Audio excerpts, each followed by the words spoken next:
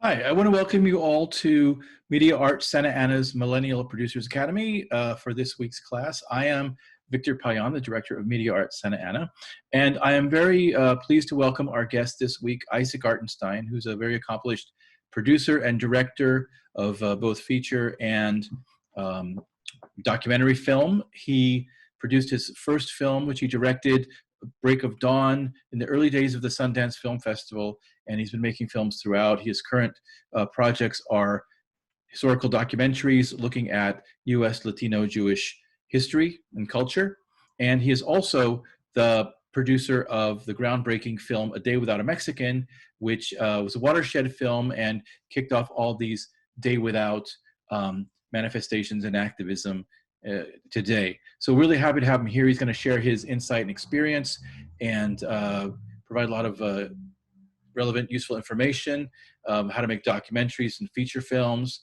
go over budgets, top sheets, etc., how to put a crew together. So very excited to have him here today with us. So please welcome Isaac Artenstein. Victor and I spoke in detail. How can we best give to you something that it would be meaningful and useful to your career or your artistic goals and combining the art and business of producing, we thought would be a good one, because a lot of people don't think as producing as an art, and a lot of people don't understand the art of producing and how it impacts the art of filmmaking, that which the director wants to do, that which the screenwriter hopes to achieve. So again, who you are, your background, interest in film, and if you have a project that you might want to throw in later in our conversation. So I'll start you off, Salvador. Hey guys, can you hear me? Yeah. Perfect. My name is Salvador Martinez. I am actually from Tijuana, and I have like a basic knowledge. I went to college, took film production for a few semesters, but didn't work out at the moment. And then I just fell in love with movies based on because I taught myself how to speak English, so I kind of fell in love with that, and the idea of just redoing something that could help benefit someone like you benefit me, you know. So at the moment, Victor told us to work on a project, so I kind of want to take it in baby steps.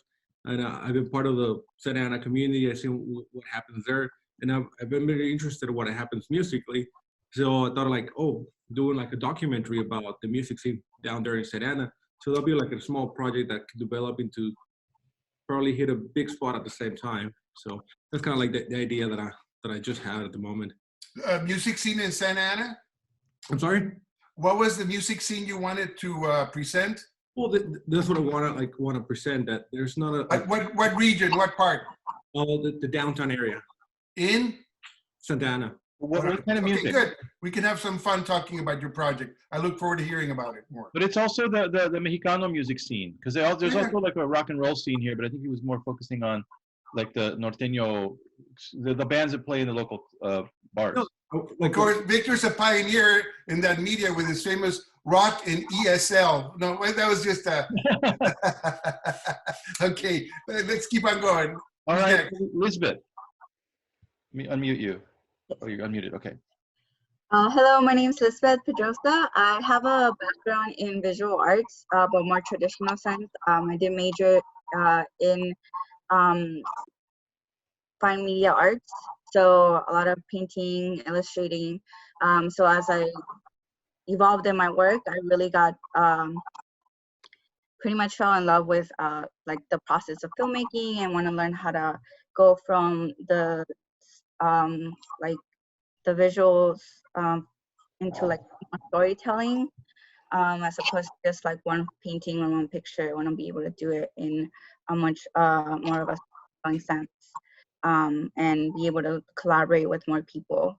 I did have to change my project up this class, but I do hope to eventually work on a project that would kind of center around the experience of first generation college students, because part of what I also do is I work with those students, and I came from that population.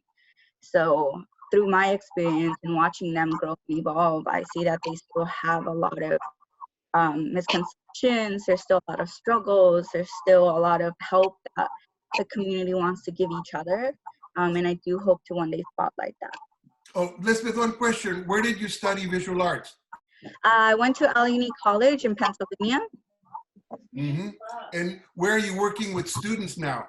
in Santana. So I was Okay, born cool. and raised here, went out of state for a while where I got a little more experience and came back. And I've been also able to see how a lot of my peers have done similar things. Excellent. I think Victor might have mentioned, I've taught at UCSD. It was in the visual arts where film is taught, and also at USC. So your dynamic between visual arts and film is, in my view, very organic. And I've also worked with students, you know, in terms of, how would I say it? Well, they were actually former academic internship programs. So I'm interested to know more what you want to do. Perfect. Awesome. And Maddie.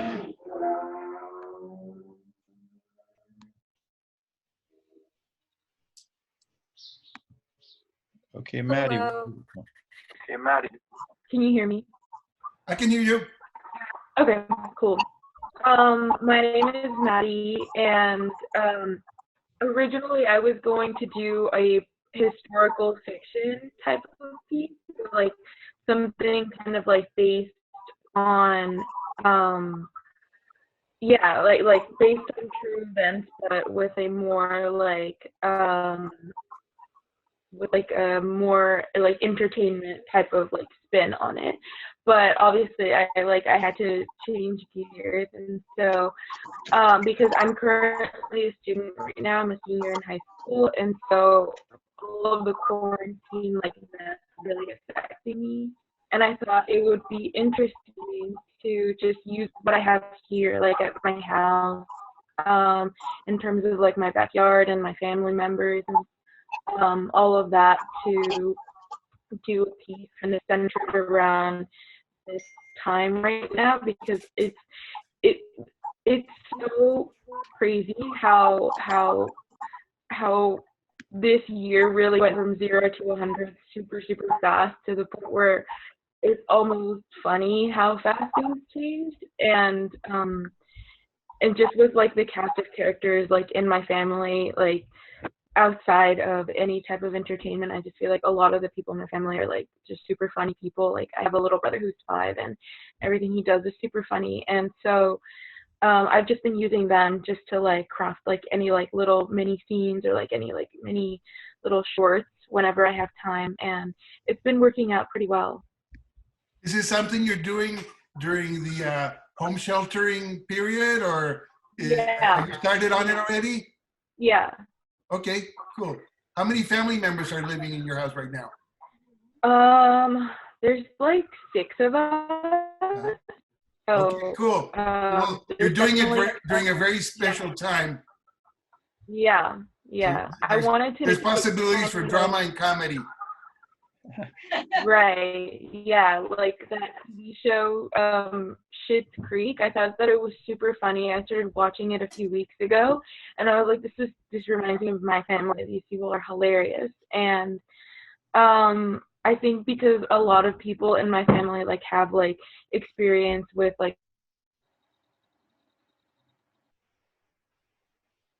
audio. It's the connection. You cut out after you said experience, Maddie. If you could come back where you we can get more into detail with Maddie's project. Let's keep on introducing everybody so we get through every participant. How's that? Awesome. Marissa. Hi. Oh, sorry. My name is Marissa. Right now I am an after-school program instructor, so I do that online now. And my project is, I wanted to do a study on the development of online relationships in the last decade and how it's being affected by the coronavirus pandemic. So my time period is very specifically from the moment that One Direction was formed, because that was so impacted just by teenagers going on the internet against their parents' wishes, talking to one another, and how it's slowly become more accepted, and how it might change and become way more accepted or way more used just by everyone, purely because we've just been stuck inside for a long time. And I just kind of okay, good. Oh, Marissa, what do you have any production or filmmaking or visual arts background? I'm a film major right now. Cool. Where?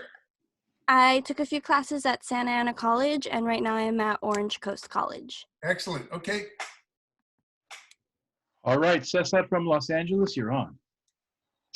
Hi, Isaac. My name is Cesar Arredondo from LA. I'm a bilingual freelance writer reporter, and I'm very curious about filmmaking. I've done a little bit of production work as a production assistant mainly, and also because of my commitment to the projects, I always ended up doing much more than that, which I really like. I've done a little bit of TV production work, and I hope to, I see myself as a documentary filmmaker, and I hope to do a short on homelessness in Skid Row, and a full feature documentary on braceros, the Mexican farm workers that came to the States to help in World War II. Excellent. And Cesar does a lot of work with art and culture and edits Latino in LA right now. So he shared this workshop, so hopefully got out to the LA community. Thank you, Cesar. And a friend of Media Art Santa Ana for sure. Rob from San Antonio, you're on. Hi, Cesar. Isaac, it's great to meet you. I really love your film. I've been producing commercials, short films, industrial videos, music videos, and features for about 20 years with my brother, Ron Garcia, with our company. A few years ago, we did our first, or I did my first, produced my first. Your first what? I'm sorry? I produced my first feature documentary a couple of years ago. Well, I mean, I worked on it for about 9 years, but it came out about 2.5 years ago. And since then, I've been trying to put together another documentary. This will be a more of a personal documentary. It'll be my trip to Machu Picchu and my journey to Machu Picchu. For the past going on 30 years now, there's been something calling me there. And I want to explore what it is. And at the moment, I'm open to just about anything, whether it's something spiritual. I'm not religious, but it could be spiritual. It might be extraterrestrial. I'm open to that as well. It could be something just that I don't know. So that's my my big project. That at the moment I have a short film called Silencio that's making its rounds. Well, not right now, but it was accepted to several short film festivals, and most of them are on hold right now. So I'm in a holding pattern with those. Excellent. Oh, have we talked to everybody yet? No, still a couple more. And just okay, very cool. Just to say that Rob's documentary that he produced, Las Tesoros de San Antonio, is a really beautiful film, and it's played a lot of festivals, won some awards, about these 4 San Antonio female ranchera singers from the 40s on, interviewing them as seniors, going over their different careers and life stories, and it helped revive their careers. And I think a couple of them have already passed on, but it was very important in it's a really great film, but very important in appreciating their work. So excellent. Thank you, Rob. Okay. Las Tesoros de San Antonio. Oh, by the way, Rob, your sound is a little funny. Your sound. I'm going to switch over. I'll switch over. Yeah, figure it out so I can hear you. You were cutting out a little bit, but anyways. Okay, and then Sandra from San Antonio also, come in. Hi, my name is Sandra Torres. Currently, I can't tell you where I'm at. I was a film student at Palo Alto and San Antonio College.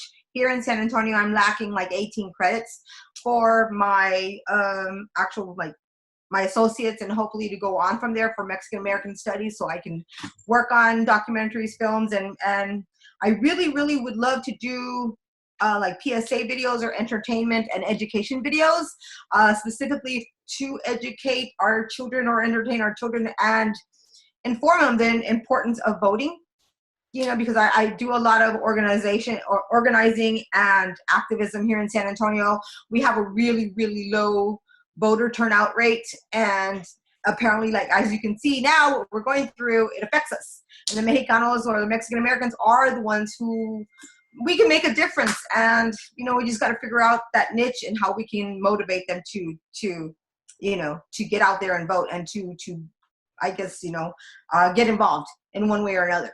I have lots of friends here in San Antonio. There's a big history, so I would love to work on short documentaries, short story series, And then do maybe like little videos to, I just like to entertain, to inform, you know, I don't know.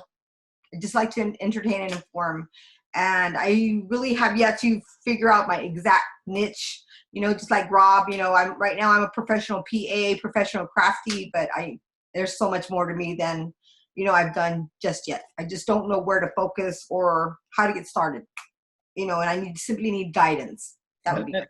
And I got to say that in the last election, Sandra was really dynamic in how she used Facebook to get people out to vote. And this is an election where Facebook Live, where you can turn Texas blue. So Sandra can be an important voice in getting that message out through the medium of video. All right, Nathan, tell us where you're from and tell us a little bit about yourself. Hello, I'm Nathan. I'm in Huntington Beach, California. I'm a junior in high school right now, and I don't really have any projects in the works right now, but I do a lot of producing, and I also run Grip and Electric on different films, both college and independence. Excellent. Okay, I think everybody has introduced themselves well. I can tell you, every single one of you, you came to the right place. I have done some variety of project that you have done or want to do.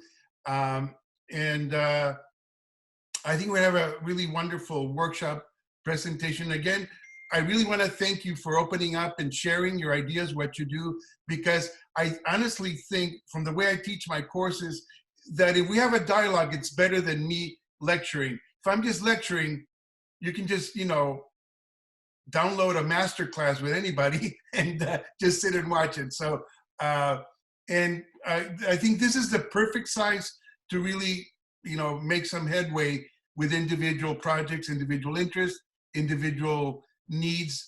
And I'm gonna start my presentation in a way that might surprise all of you.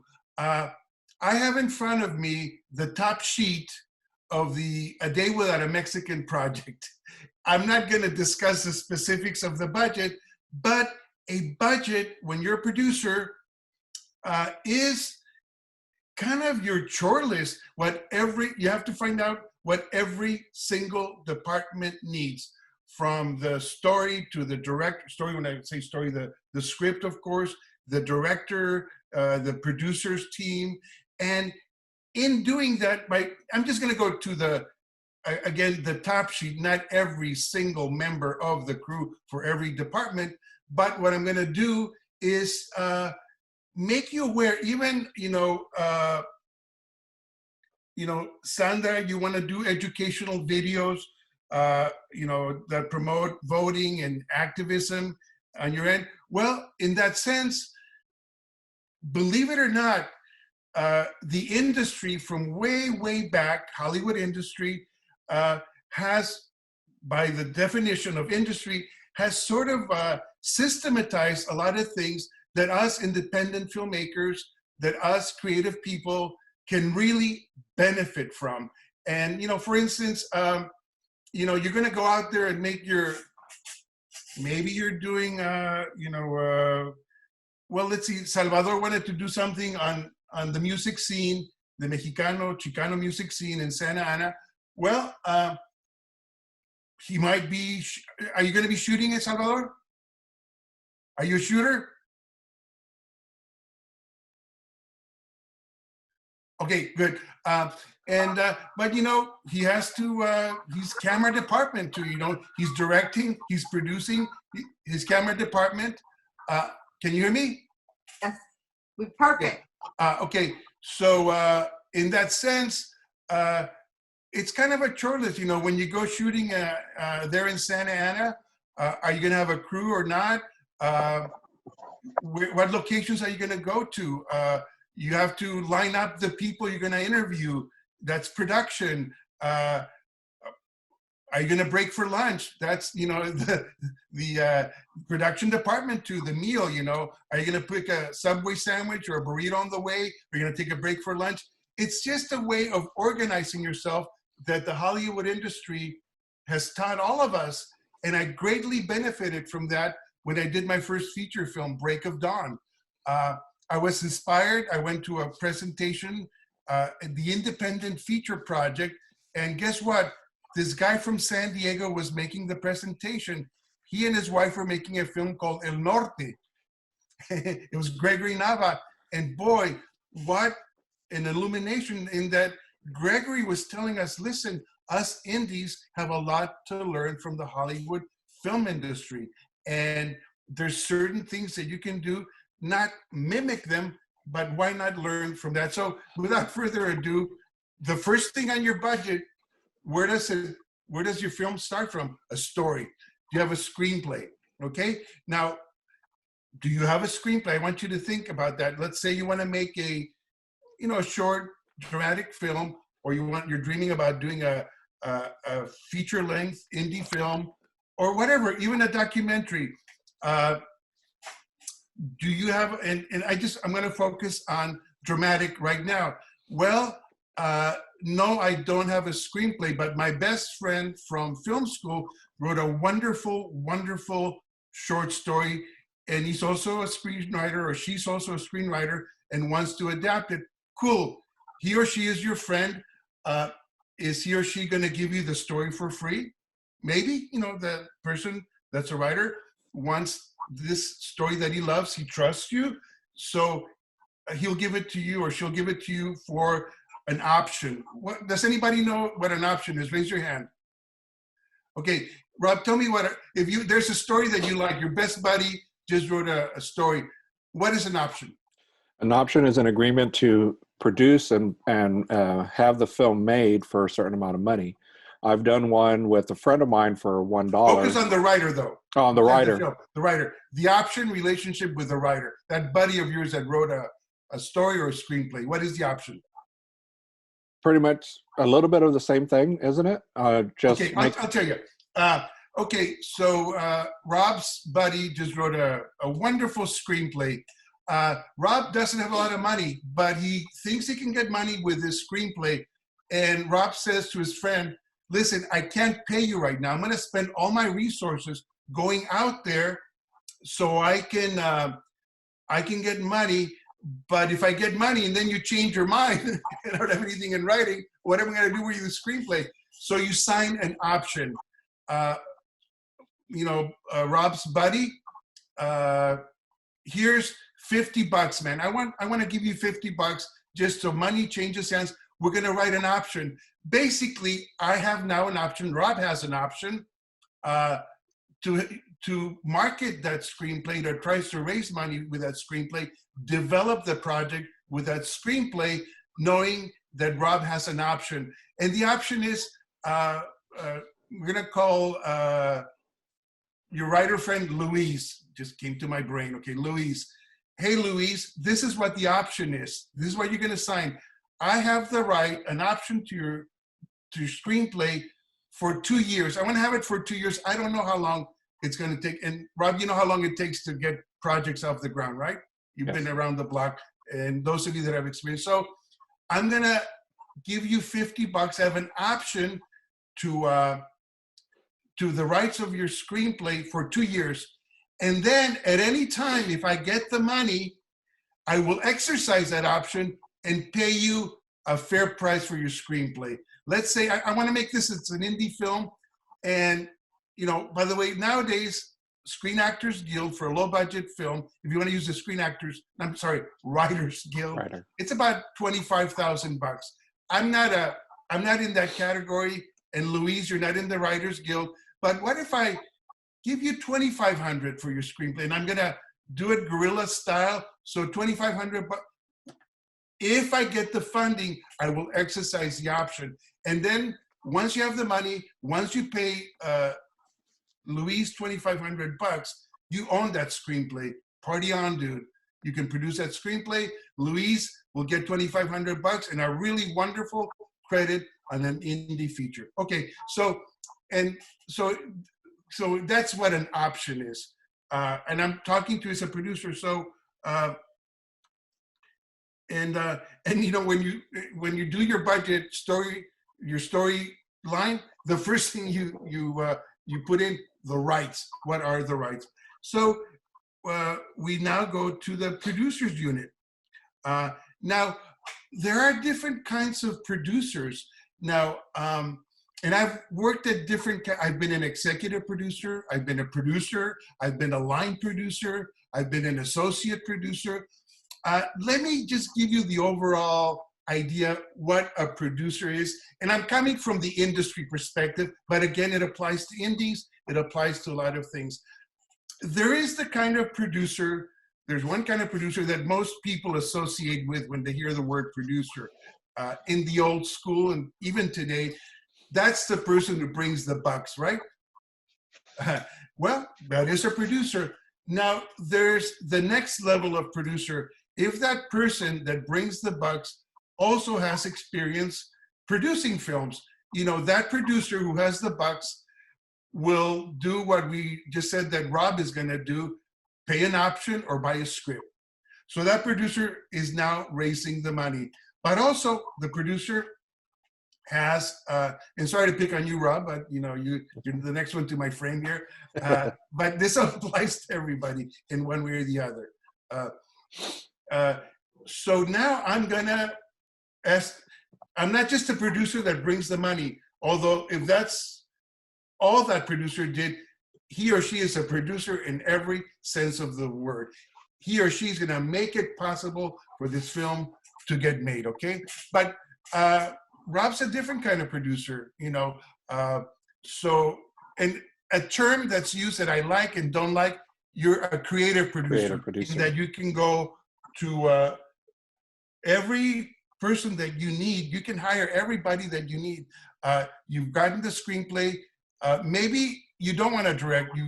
That creative producer hires the right director for the project, and that producer hires a production manager that helps him or her hire the crew, okay? So there's a creative producer down every step of the line, getting an attorney, getting the insurance, everything. That's what is termed, and that term comes from theater actually, a creative producer, not just a money producer. God bless them, they're a producer, but a creative producer can take it all the way down the line, hiring everybody, and that is a creative role. Who is the right director for this story, okay? Who is the director of photography? I'm gonna talk to now I've hired a director. I'm gonna talk to that director. Who is the right director of photography for this film? Who's the right production designer? Sometimes production designers, you know, is interchangeable with art director, okay? And that producer says, you know, this is a story that takes place in Santa Ana or San Antonio, and you know, it has a lot of locations. It's mostly exteriors, which is great, and it has some interiors, but these are interiors that are, you know, locations that a lot of our friends have. So I'm going to save some money. So the producer starts, you know, intermingling with the director and discussing the screenplay, and going from there. So I just wanted to give you kind of a global idea what a producer is. You've also heard the term executive producer. That might be maybe the head of a studio, the head of a station, or it could be the money person too. Executive producer, it's a valid term for what a executive producer does. The money person, or maybe administers the money. Maybe Lisbeth or Cesar or Salvador, if you do a feature, you know, a very experienced producer that, you know what, I really would like you to supervise, help me here, be the executive producer, look at the budgets, look at the spreadsheets, you know, payroll, whatever, what have you. So that's what an executive producer is, sort of an administrative, managerial, very, very knowledgeable person that comes on as the executive producer. Oh, it can be a token name. You know, let's say you made a deal with PBS or your local PBS affiliate, and they'll tell you, you know, you can do your documentary, you can do your indie feature. However, we need to have the head of our production department be your executive producer and work in a collaborative way, or he's not even going to work with you. That executive producer, she's not even going to work with you. They'll just sort of look at stuff and make sure that everything that we agreed upon gets done. And if you need some support, look over a budget, or you're having trouble getting equipment, maybe the executive producer from this. So that's when you build a collaboration with an entity such as a PBS affiliated. It just came out of my mind. And you know, if Netflix gives you money, maybe Netflix will assign to you an executive producer. You also hear a lot associate producer. That's something that's kind of a title that is a free-flowing title. If that person that you maybe your writer is so involved in the production of the film, you give that writer an associate producer credit. I'm not going to talk a lot about associate producer, but in television, in traditional television, the associate producer credit was always given to the person in charge of post-production. It was sort of like the person in charge of post-production, making sure that everything gets edited, making sure that the sound department does everything it has to do, the mix, the master, the delivery. That, I think to this date, when you see a TV series or a sitcom, associate producer means the person in charge of post-production. So now let's, any questions about the production department so far? Okay, we'll keep on going. Oh, did I see a hand? No. The director, that's very self-explanatory. Now, does anybody know what the first assistant director does? What is a first assistant director? Anybody? Let me unmute everybody. So I'm going to keep you all unmuted. If you can, just mute yourselves and unmute yourselves. Yeah, raise your hand and Victor will unmute you. Okay, because I'm not looking at the screen with all the faces. So yeah, but if you guys can responsibly mute and unmute yourself, if you want to speak, unmute yourself, okay? Okay, do I see any hands wanting to let us know what a assistant director is? Okay, if you're gonna be directing a film of any complexity, that is the key person in your team, your first AD. A lot of famous directors that you talk about will always have that first AD, first assistant director, almost as a partner. I mean, I worked once with Paul Bazerski, and the person that introduced me to Paul for a project that Paul, who's no longer with us, he did great films. He wanted to shoot in Mexico, and it was the first AD. Now, what does the first AD does? He is exactly by the side of the director, and in a way, as the producer, makes sure that all the resources flow into the set, into the location. The first AD is the one in charge of administering them, scheduling them for the director, so the director doesn't have to worry about it. The first assistant director does all the scheduling, when all the actors come in, when they should be in and out of makeup, when the lunch is served. That first AD literally manages the set for the director, so the director can concentrate on working with actors or directing the documentary scenes or whatever. First AD is one of the lesser known roles or jobs on the set, and I guarantee you, for the director, is the most important. You can Google a lot of these things later and find out more what the first AD does. If you have a good first AD, you are really lucky, and that person will make you be a successful director for that project. So that's the first AD. And then there's first and second ADs that do different things, because the first AD has to have a team when doing a feature film. That's just a given. Now, next thing is the cast. The cast, well, that's very obvious, right? Now, how many of you would like to work with actors at some time? Raise your hand. Okay, good. Most of us, that's great. Now, how do you go about casting, you know? Well, if it's a small student film, You're not going to do it with Screen Actors Guild. You know, theater companies, your school theater department, put out a call. Now, be aware of this. If one of the people that you like for your cast is a member of the Screen Actors Guild, that person cannot work in your film unless everybody is a member of the Screen Actors Guild, because they'll get in trouble, okay? Because you are classified as a non-union project as far as the Screen Actors Guild is concerned. You can have all your departments be non-union, not a problem, but Screen Actors Guild requires that once you hire, you want to cast a Screen Actors Guild actor, everybody has to be.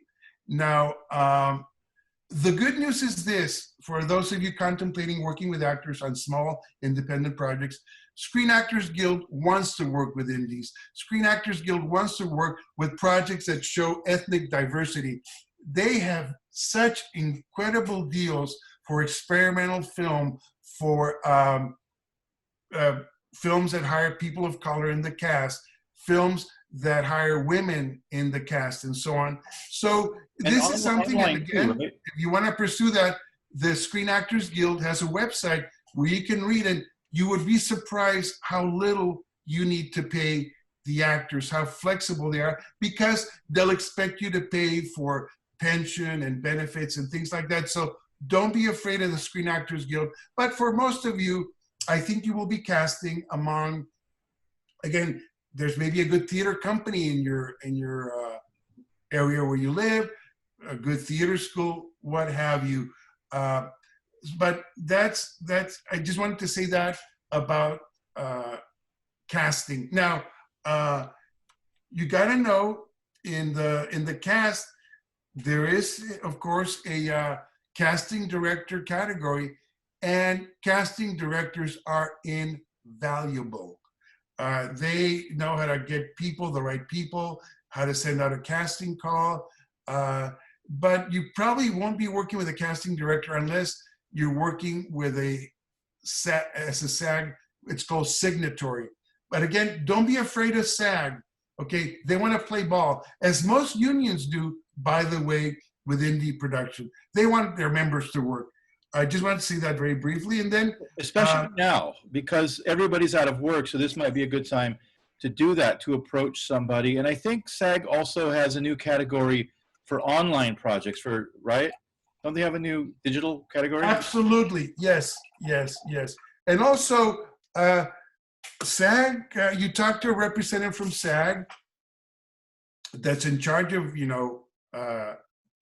bringing projects to their union, and you tell them about your project, and they'll give you guidance. You have to find the right person. But again,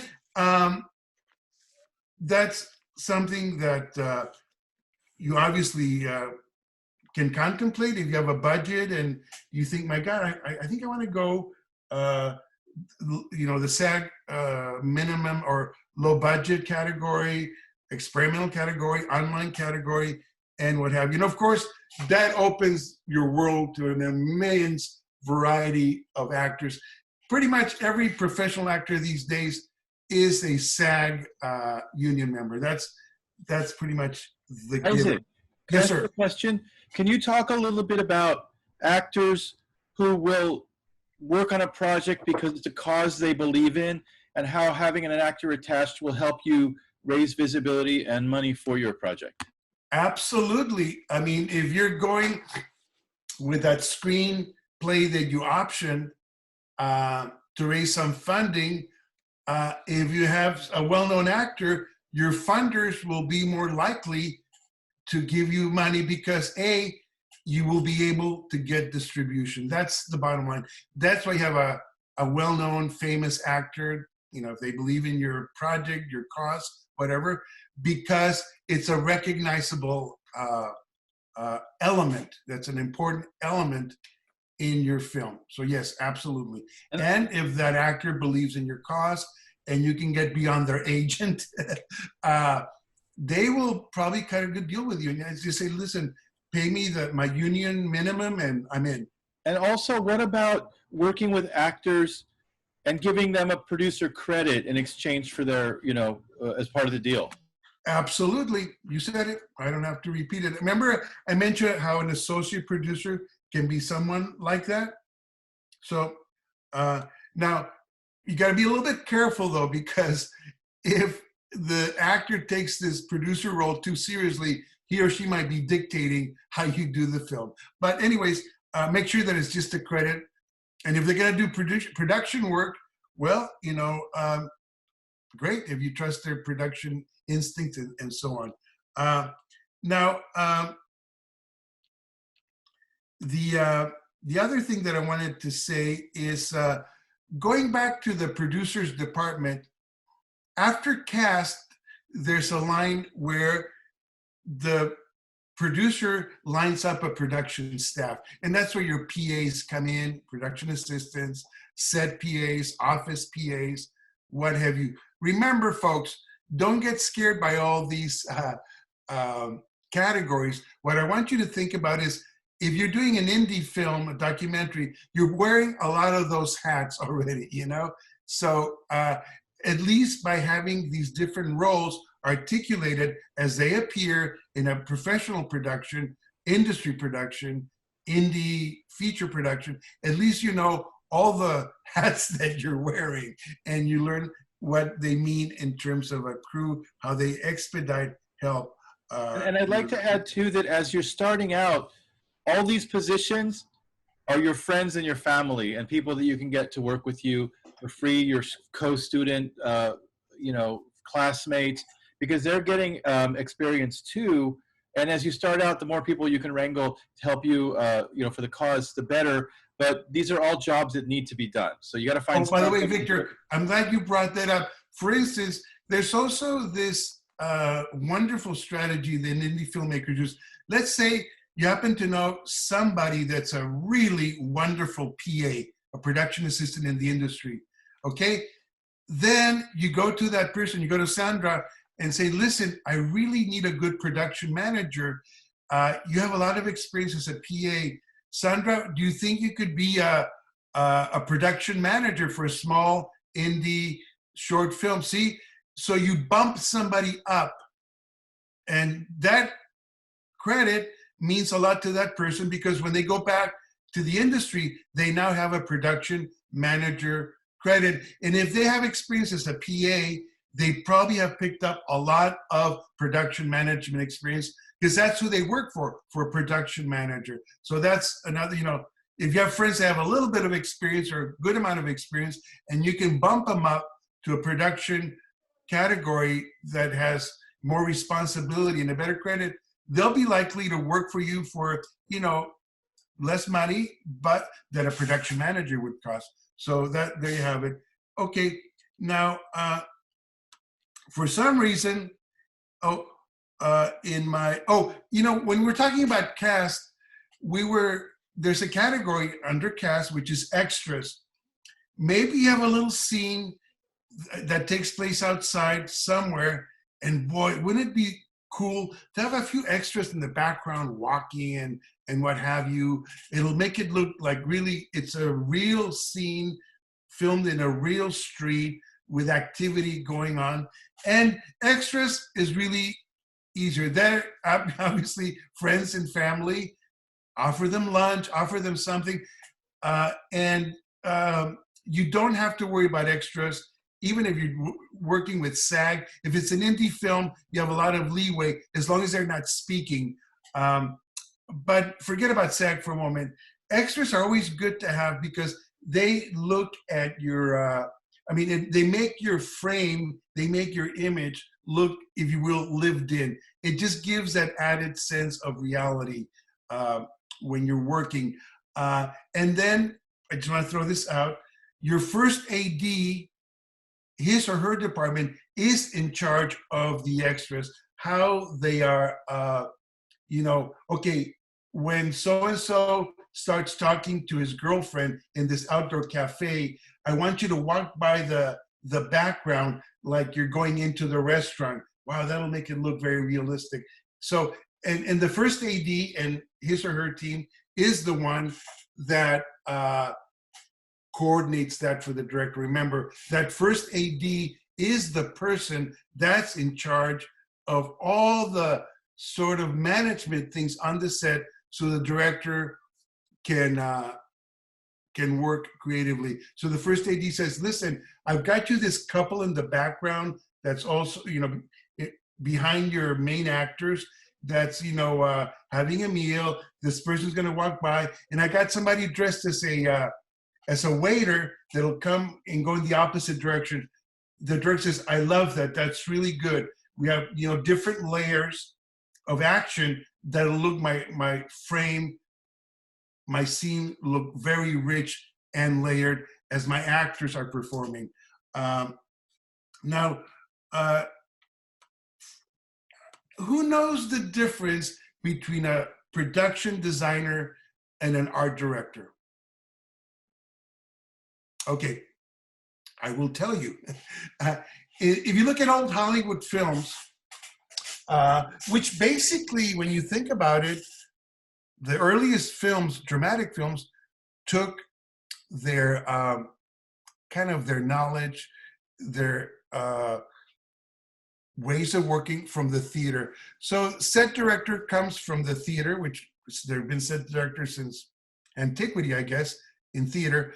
And the issue is here that a set director is basically somebody that works within the industry, when a majority of the films in the old Hollywood days were made in studios. Sets had to be built as they were built in the theater. So that was the lead creative person in that design department, the look of the film, okay? Now, through time and getting into the 60s and 70s, the word, the category of production designer became more and more important, to the degree that a art director worked under a production designer. Because why? Because of that phrase that I just used, the look of the film. Because the look of the film is not just about sets. The production designer has an opinion as to what kind of car drives by the scene. Is it a period car? Is it a, the production designer has a holistic view of the whole scene. What's in front of the camera. Literally, the costume designer will come to the production designer. Hey, this is a 1930s film. Cool, yeah, you got the fedora, you got the double-breasted, but you know what? This is kind of it's a police scene, it's detectives in the 1930s. I don't want them to be very bright in color, maybe dark browns and blues. So there's a production designer who is working with a set designer and also working with a costume designer and the transportation department. Remember that I said the production designer has something to say about the type of car, because it's all the look of the film. And I've had the opportunity of working with some of the best production designers. Very, very fortunate. I'll talk about that later. And if I could add something here also, yeah. If you're an indie filmmaker, having a distinct look can really set you apart. When you think of someone like David Lynch or Almodovar or Jodorowsky or Tarantino, the people that Isaac mentioned are the ones who translate that from your head into the real world. And the more knowledgeable they are and creative, the better. If you work in a college, you're talking about your theater people, you're talking about your people who make costumes. I know Santa Ana College has people who make costumes. You're talking about your graphic designers and illustrators. But these are all people that are around you. And even in your friends, you have people that have a natural talent to do that. If you can identify them and bring them onto your team, that's going to add so much to actually putting your idea, making that world real and making your frame look amazing. Oh, by the way, Victor, I'm glad you again mentioned the word theater. On our early indie features, we would go to the theater and get a set designer, and that set designer became our production designer. And guess what? That set designer person from the theater work for a local theater company. We could borrow props from the theater company. We could borrow costuming from the theater company. We established a wonderful relationship with this local theater company through the set designer that we got from the local theater company. They are invaluable. I'm going to take a little moment here to say, you know, when someone comes to you, or I went to a former film school student, a buddy of mine, my film school buddy, who was doing a lot of production management. And I said, you know, I just wrote this feature film, my first feature film. How the hell do I go about budgeting? I can't afford to find or pay a line producer to budget it for me or a production manager. And he says, Isaac, you just look at every single scene and everything in that single scene and try to translate it into dollars, or try to translate it into who do I know that can give it to me for free? If it's a period piece and there's a double-breasted suit, where can I get a double-breasted suit? How much is it going to cost? If there's a car driving in front of the police station, okay, I need to get a car. How much does that car cost? Oh, if I look at Hollywood car rentals, that's like $500 a day. Maybe I'll go to Enterprise Rent a Car. I'll get, you know, doesn't have to be old car. It's a contemporary police film or series. I'll just go to Enterprise and rent it, you know, for $50. Or my cousin has the exact same car, you know, that I have, and I'll give my cousin money for gas, and he can be an extra in the movie because when he drives by, he'll show off his car. Anyways, but you look at the entirety of your budget, and thinking departmentally as we are, you are basically able to figure out how much it's going to cost. Another very important thing, before you do a budget, you do a schedule. And by the way, there are a lot of resources now for scheduling, for budgeting, the most professional ones, which is Movie Magic.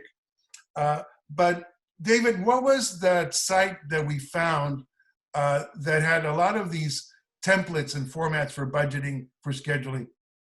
Studio Binder. Studio Binder. Check them out. They're really cool. They give you free templates, hoping that you become a client, and as you produce more professionally, you'll use, you know, their platform and their support. But they have a lot of great freebies. And you know what? You learn a lot just by looking at these forms. Oh, that's how they do it. Oh, I didn't think about that category, but here it is. So, and, you know, production designer, you know, then you look at set construction, you look at all these different aspects of it, of production design. Now, you say, hey, I'm going to be shooting at, I really like Rob. Is that your pad, Rob? Excuse me? Is that your pad? Is that where you live? No, it's just a background. Oh, I'm impressed. Dude, No, it's just I a want to background. shoot a film there or write my next film. It looks like a New York. This is my off. Not This bad, is real. not bad. Okay. This is real. Okay. I like that better. Yeah, put the other one on, Matt. No, just whatever you like. So, but you know, Rob has a cool apartment, house, whatever. However, Rob might have it decorated the way he likes it for living. However, you know, maybe, you know, I'm going to pick on Salvador. He's got a bunch of musicians that he wants to interview, but they all live in small apartments. You can't shoot them. But, you know, of course, Rob is in San Antonio, Salvador, but let's say that Salvador is doing something on the San Antonio music. He's now doing a series. So now he's going to San Antonio. Hey, I know a lot of musicians. Yeah, Rob, can I use your apartment to do my interviews? It kind of has the feel of where a musician would live. And, you know, you're in San Antonio and I'm doing something in San Antonio. And so now, to some extent, I know this is a documentary, you also have to think of production design, because again, Rob might not have his house arranged either for a scene that's dramatic or a so even though you don't have the luxury of bringing a production designer, you have to think, Salvador, as a production designer. You know, wow, those chairs look really cool. They look very bohemian. Those stools, I want them in the frame. So you are now working as a production designer for yourself, because as a director, you're not just going to point and shoot, right? You have an artistic, visual style, the way you want your frame to look. And that's the job of the production designer. But because Salvador could not fly a production designer to San Antonio or whatever, he's got one in his head. And he's going to think like a production designer, okay? Now, interestingly, when we start talking about a set, there's a thing called set operations, and that's a big category in a budget, and that has a lot of different people, because guess what? Set operations, basically, I'm trying to look at here from the very beginning of set operations. You know, we went through, here we go, set operations. Did you know that your grip department is part of set operations? Everybody knows what a grip is, right? Yeah. Okay.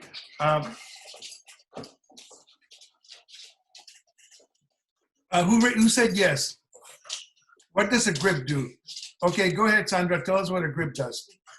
Grip works with the lighting. Huh? Isn't the grip like works for the lighting crew, part of the lighting crew? Exactly. Now, it's grip and electric in all justice.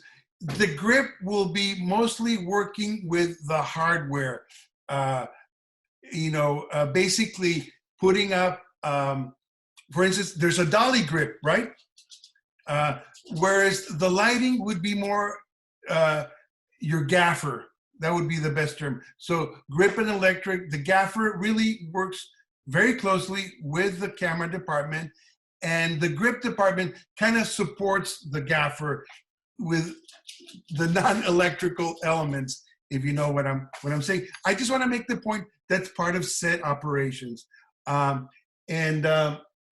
Interestingly, craft service is also part of set operations. Remember one thing, and there's a saying by Napoleon that applies to filmmaking: an army travels with its stomach. You gotta feed your crew. They're working for you really cheap, man. So take good care of them. Think about that. It means a lot to them. You know, a lot of times you're really inspired as a director, and you just can go on for 6 or 8, 10 hours without a break, because you're wired, man. You're exciting. You're doing your project, but your crew would appreciate a little break, because they're also working hard for you, and it means a lot to them. Okay, by the way, the standard break for your lunch, after you've been working for 5 hours, that's when you break for lunch. It doesn't matter if you started at 1 o'clock, after 5 hours at 6 o'clock, that's your lunch hour, okay? That's just the way it is. And I love Robert Rodriguez. I know that, Victor, you're a big fan of Robert Rodriguez, right? Yes, and Robert Rodriguez, we mentioned in an earlier class, you know, back to what you were saying earlier, his advice on getting things for your film is start with what you have and work with that. If you want a police car that's a Chevy and you have a Ford, suddenly the police car in your script is a Ford. So he said, but I wanted to say, I remember when Robert Rodriguez was making the big rounds, and Victor and I were working together. He was working at our Cafe Cinema in San Diego. He was our projectionist and all-around guy. We were just marveling how this guy had made a film for what, $6,000-7,000 bucks? Is that what he did for Mariachi, Victor? You remember? Anyways, 7,000. Yeah, and it was amazing. But then he started talking about his other strategies. Well, I break production before lunchtime so I don't have to pay for lunch. And I went, whoa, dude. No wonder Hollywood likes you so much. You're good at exploiting your crew. I'm making a joke. I'm sure he's a really nice guy. And certainly the more budgets he got, hopefully he fed his crew adequately. I'm using Robert metaphorically here. I'm sure, you know, but when I heard say that, I said, that doesn't make sense, you know. Really, and again, I say this is set operations. Okay, so we now go to property, prop master. What does the prop master do? Anybody? Is in charge of pretty much everything. Is in charge of lamps. Is in charge of, you know, couches. Is in charge of everything. Whatever's going to be on the set for the set director. Exactly. Property manager does it. Yeah, it might be confused with the set decorating team, but if I can make a general difference here, set decorating, like the term implies, they decorate the set. The prop master, the prop person, is more with workable items, you know? If there's a gun that has to shoot, that is a prop. It no longer is set decorating. It might be there on top of the detective's desk, but if that detective points that gun or shoots that gun, it becomes a prop. That is maybe, and if the lamp needs to be turned on and off during the scene, that becomes a prop, not just set decoration. So that's something very important to consider. I'm going down my list. Isn't it considered like a material character of the movie? Whether it's a backpack, a gun, something like that, it's part of the movie. Absolutely, absolutely, yeah. Mm-hmm. If they're going to use it, if it's a backpack that's on the corner and it never gets touched, more than likely it'll be the set decorator. The set decorator, oh, this person is a student in college, so it'd be good to have a backpack, even though that person, that character, that actor is not going to pick it up or use it. So if the actor picks it up and puts it on his or her back, it becomes a prop. Good point. Costuming department, that's very, very obvious. The one thing about costuming department, what they do, of course, we all know, they work closely with the director, with the production designer, obviously with the actors, but also, you remember in the old days, the main way you knew who the costume designer or costume department person was, they always carried a Polaroid. Okay? Why was that? For continuity. Continuity, exactly. Do they still use Polaroids? I don't think so. I guess they just use their phones, right? Exactly. So, yeah, because let's say that one actor, that detective dude, was wearing a blue suit, but the rest of that scene, which is a really long scene, you're going to shoot 2 days later. Well, what was that person wearing 3 days ago? Because it has to match, because even though you're shooting it on separate days, in the movie, it's one continuous scene.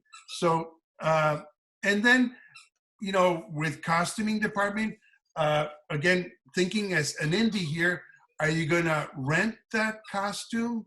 It's from the 1930s. I can't afford it, but you have an uncle that was maybe an early suitor, and it kind of looks like 1930s, and maybe they got that costume in their closet, borrow it from the uncle, okay? Picture vehicles.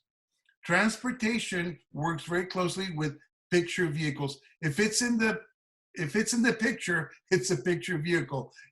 Maybe you're outdoors shooting a scene and the cars in the background look really great. However, the cars parked there, those cars have owners, and those owners have a life, and they might drive away. And guess what? Oh my God, it's going to look weird. We're going to shoot the rest of the scene, and all of a sudden, that beautiful red Cadillac has disappeared. So again, you might not have a transportation department. You're doing your indie film or documentary. You got to think about these things.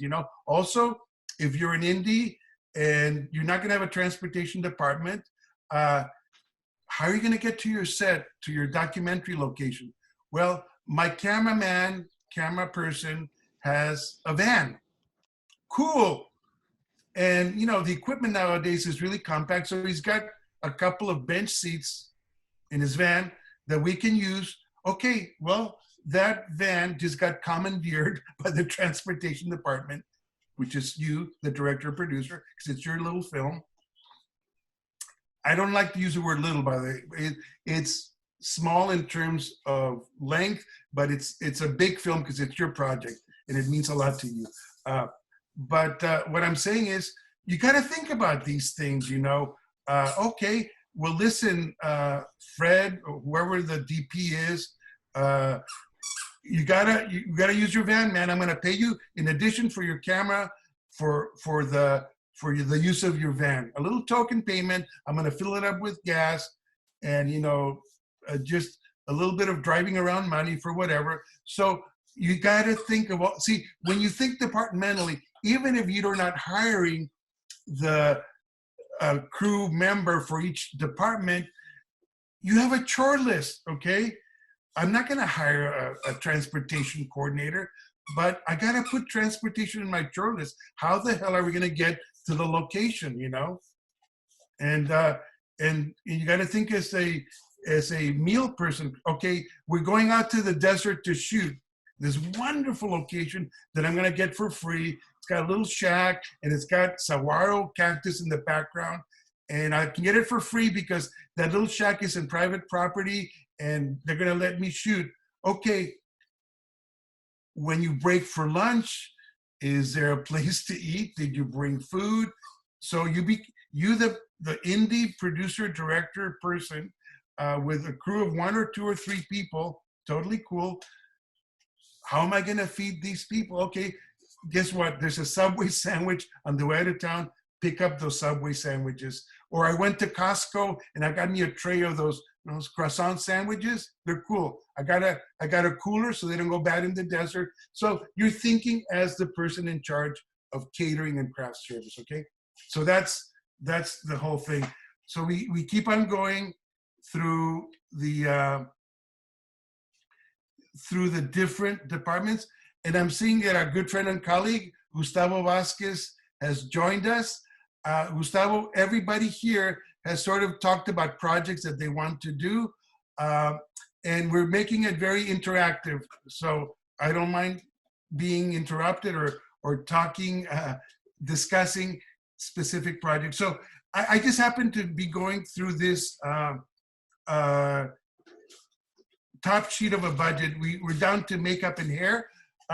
Maybe you can't afford somebody to do makeup and hair, but if you're doing a dramatic film, even a documentary, sometimes, you know, the lighting is too bright on your documentary interviewee.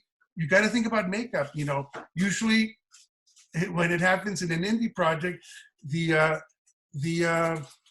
camera person might have a little powder thing and you kill the shine. Also, in the course of the documentary interview, you have to think about makeup person, because what if the hair becomes kind of mussed up and it doesn't match? Well, somebody has to be looking out for the hair. Also, if you're doing a dramatic film, you can't afford a makeup person. Somebody has to be thinking about makeup. Maybe you tell your actors, you know, I'm gonna need you to have this kind of a hairstyle, this kind of a haircut, and then somebody in the crew, if you don't have a makeup and hair person, has to be looking for consistency, okay? So that, again, maybe you cannot afford a makeup and hair person, but as the indie director, indie producer, you have to be thinking about these things, and it becomes part of your chore list. Question, Isaac. Yeah. As a indie small crew, run and gun type director, what are the 2 or 3 most important pieces of makeup you should carry in your kit? Ask a female member of the crew that. No, I'm just kidding. Obviously the powder for the shine, but you know, it's really interesting. Some of the more relevant discussions about makeup take place in an indie film between the director of photography and the makeup person, and because what is the camera seeing? So me, I'm not extremely knowledgeable about makeup. I tell actresses especially that are more used to makeup, wear the type of makeup that you would wear in a situation such as you're playing, and always bring it down, go for a naturalistic look. stay away from shininess. So whatever makeup materials you have in your kit, make sure that they're not the type of makeup that a person that's wearing makeup for a party, not for a film, would wear. So it's not shiny, because that really becomes very disturbing to the camera. Does that make sense? Yeah, powder, mostly. Powder, yes, powder. You need gunpowder. No, I'm just kidding. Now, the other thing that we're talking about as we go down this top sheet of the budget is, of course, the camera, your camera department. The first thing I want to say, you always, if you're not shooting the project, the documentary or the indie feature or your short or your experimental yourself, and you're lucky to know a good camera person, maybe somebody that's, we were saying before, they've been an assistant camera person on really cool professional artistic documentaries, and you're going to give them an opportunity in your film to be the director of photography. You're bumping them up. They're your friend. They want to help you. They're going to get a good professional credit as the director of photography. They've never had that before, although they have a lot of experience assisting. That's great. That's a wonderful way to find a good director of photography. And maybe there's a classmate of yours that really knows and loves camera work. That's a great place to get another director of photography that may not have done so professionally in the industry, but has done it, for student projects or small indie projects. Now, the other thing, thinking as a producer, is that, wow, I really lucked out. I have this friend who's a great shooter, and I want to compensate this person a little bit. Don't think that free is always the best, because sometimes if it's free, they don't have an obligation to show up. Maybe, hey, next week I can't work. I got a paying gig. I got to feed my family, But so I always, if you can put a little bit of money in the direction of that collaborator, that is a really good thing. Now, the essence here is thinking as a producer, wow, I'm going to put a little bit of money towards this director of photography. And guess what? That director of photography also has a camera, also has camera gear. Wonderful. I can cut a package. Instead of going out and renting a professional camera, why not give the little bit of money that I have to my director of photography? Okay? And the other thing is, we were talking before, transportation. Maybe that director of photography has a van. So now you can amortize by giving your director of photography some gas money. So in a way, you have hired not only a director of photography, but a nice package. Most directors of photography nowadays, they have their own lights, a little bit of grip and electric. So something to think about. And then maybe that director of photography says, listen, if you have a little bit more money, I can get my assistant who is great with sound. He's my, camera assistant, but because of the nature of, digital filmmaking these days, the sound plugs into the camera, you do it separately. A lot of times the assistant for the director of photography is good at sound. So again, think about packaging. The more you package, the more you amortize, the more you consolidate costs into one person, the better deals you have, and you make up a good team that's well-rounded. In so many ways, also that camera person has a video assist set up, or nowadays with digital cameras, there's a screen that you don't have to pay for video assist anymore. So again, think about it as a package. We talked about transportation already, mostly in terms of picture vehicles, but transportation also has to do with, coordinating the crew. And we've already talked about that. Again, we're almost finished with this. If I can get back to camera for a second, one important difference between working now and working, 20, 30 years ago is that, we keep saying this because it's true, is that 30 years ago, every piece of equipment was like $10,000. now everybody on your block has a camera, a gimbal, a ring light, a Zoom recorder, a cell phone. So all these things are more available to you right now. But just in terms of camera, like I said, there's so many people that have gimbals for fun, that have drones for fun. If you can find them in your network and say, hey, I need to make a film, can I use you and your equipment? They'll probably do it for free or cheap because that's their passion and they own the equipment. Yeah. And maybe that person that has the drone for fun is really good at flying that drone, so you might have a crew member along with that, and they've been doing it for fun, when they go out to the desert just to share on Facebook about their travel. Well, now they're going to go to the desert with you and make a professional looking drone shot and get a credit, and maybe that for fun drone person can start getting some paying gigs down the line. So there's a reciprocity there, if you know what I mean. Now, I have right after transportation come location expenses, okay? And even if you don't hire a location person, somebody specifically in charge of locations, again, I'm just going back to the indie, you're the director producer because it's your baby and you don't have a lot of money.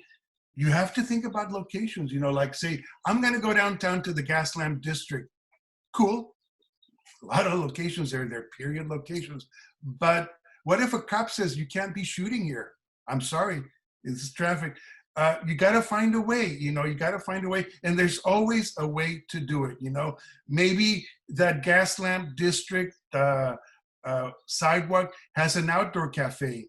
And the owner of the outdoor cafe, well, you put your camera inside of private property, you have a location outside and also a location inside, and so on. But you got to think about that.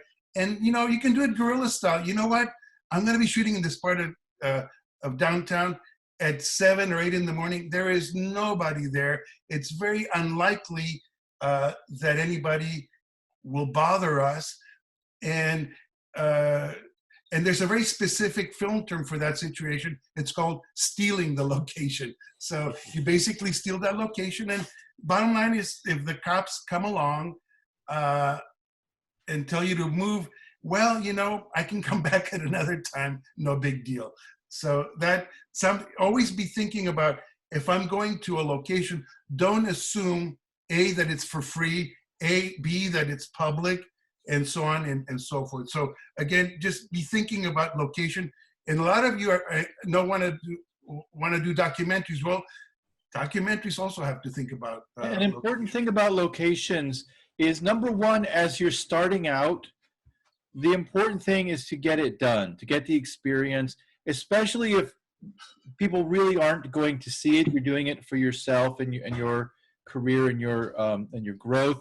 But if you are doing something that somebody's going to see, you want to make sure that you get release forms, because if you do use a location and that location owner says, I don't want this in your film, and they're not going to sign a release form later, then you've kind of got to reshoot it.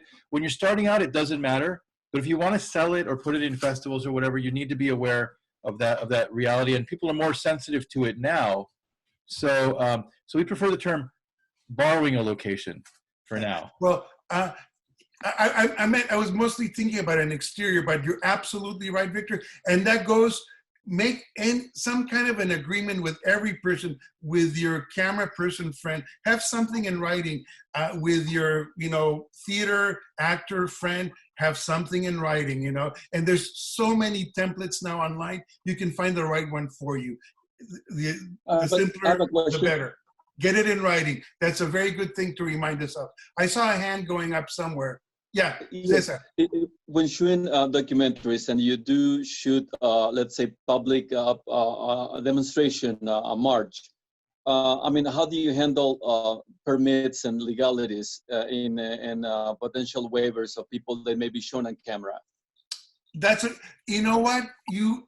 At that point, as a documentary filmmaker, you sort of quasi fall into the area of news coverage. There's going to be a lot of news. If it's a public demonstration, you can be assured that there will be news crew, so you fall under the blanket of news coverage in general terms. You know, there's nothing written in cement, but think about it that way. So by being there, if people are at a public demonstration, it is the public, it's a public area, it's a public demonstration.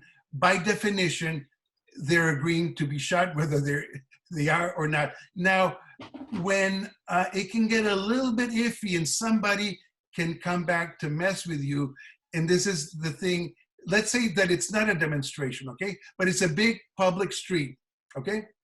Just for background. It's not a public event. You're in the public with a lot of people.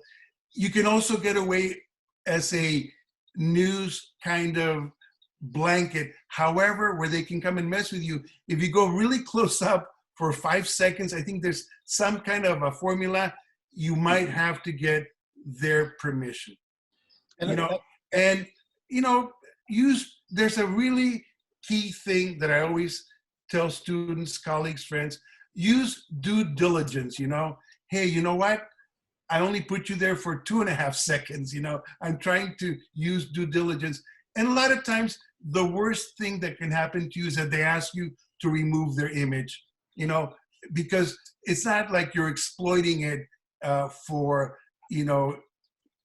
using that image for exploitation. Generally, from the kind of projects that you're talking about, you're not exploiting an image. You really are using it for a creative purpose and probably not going to make a lot of bucks with it.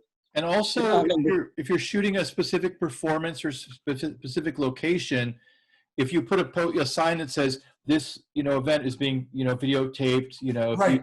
if you are here, you're consenting to being videotaped. If you post those for specific events, they work, but I think in public events too, if you're doing it, you say, we're shooting a documentary, please be aware that you're walking into our shot, kind of. Also, go ahead, I'm sorry, Cesar, go ahead. In along the same lines, how about sound or music? Let's say if it's a public demonstration and it's a song being played, I don't have the rights to. I mean, how can that be handled? You mean publicly being played by musicians? Yes, or ice cream truck that is passing by. Good question. If it's being played by musicians live, you have a lot of leeway. If it's being played maybe by the sound truck or the cafe in the background, and it's a Beatles song, I don't know. There is a sort of an ethic that it happens to be playing there at the same time that demonstration was going on, you're safe. But again, there's nothing written in cement, and your best protection is to be aware of the law, to be aware of the practices and the rights. And you say, well, I did due diligence. When I got the leader of the demonstration to give me the interview, the Beatles were playing in the background. I couldn't do anything about it. Sorry, And I would also add that this is where relationships come in handy, because a lot of the community of independent media is very cause-driven.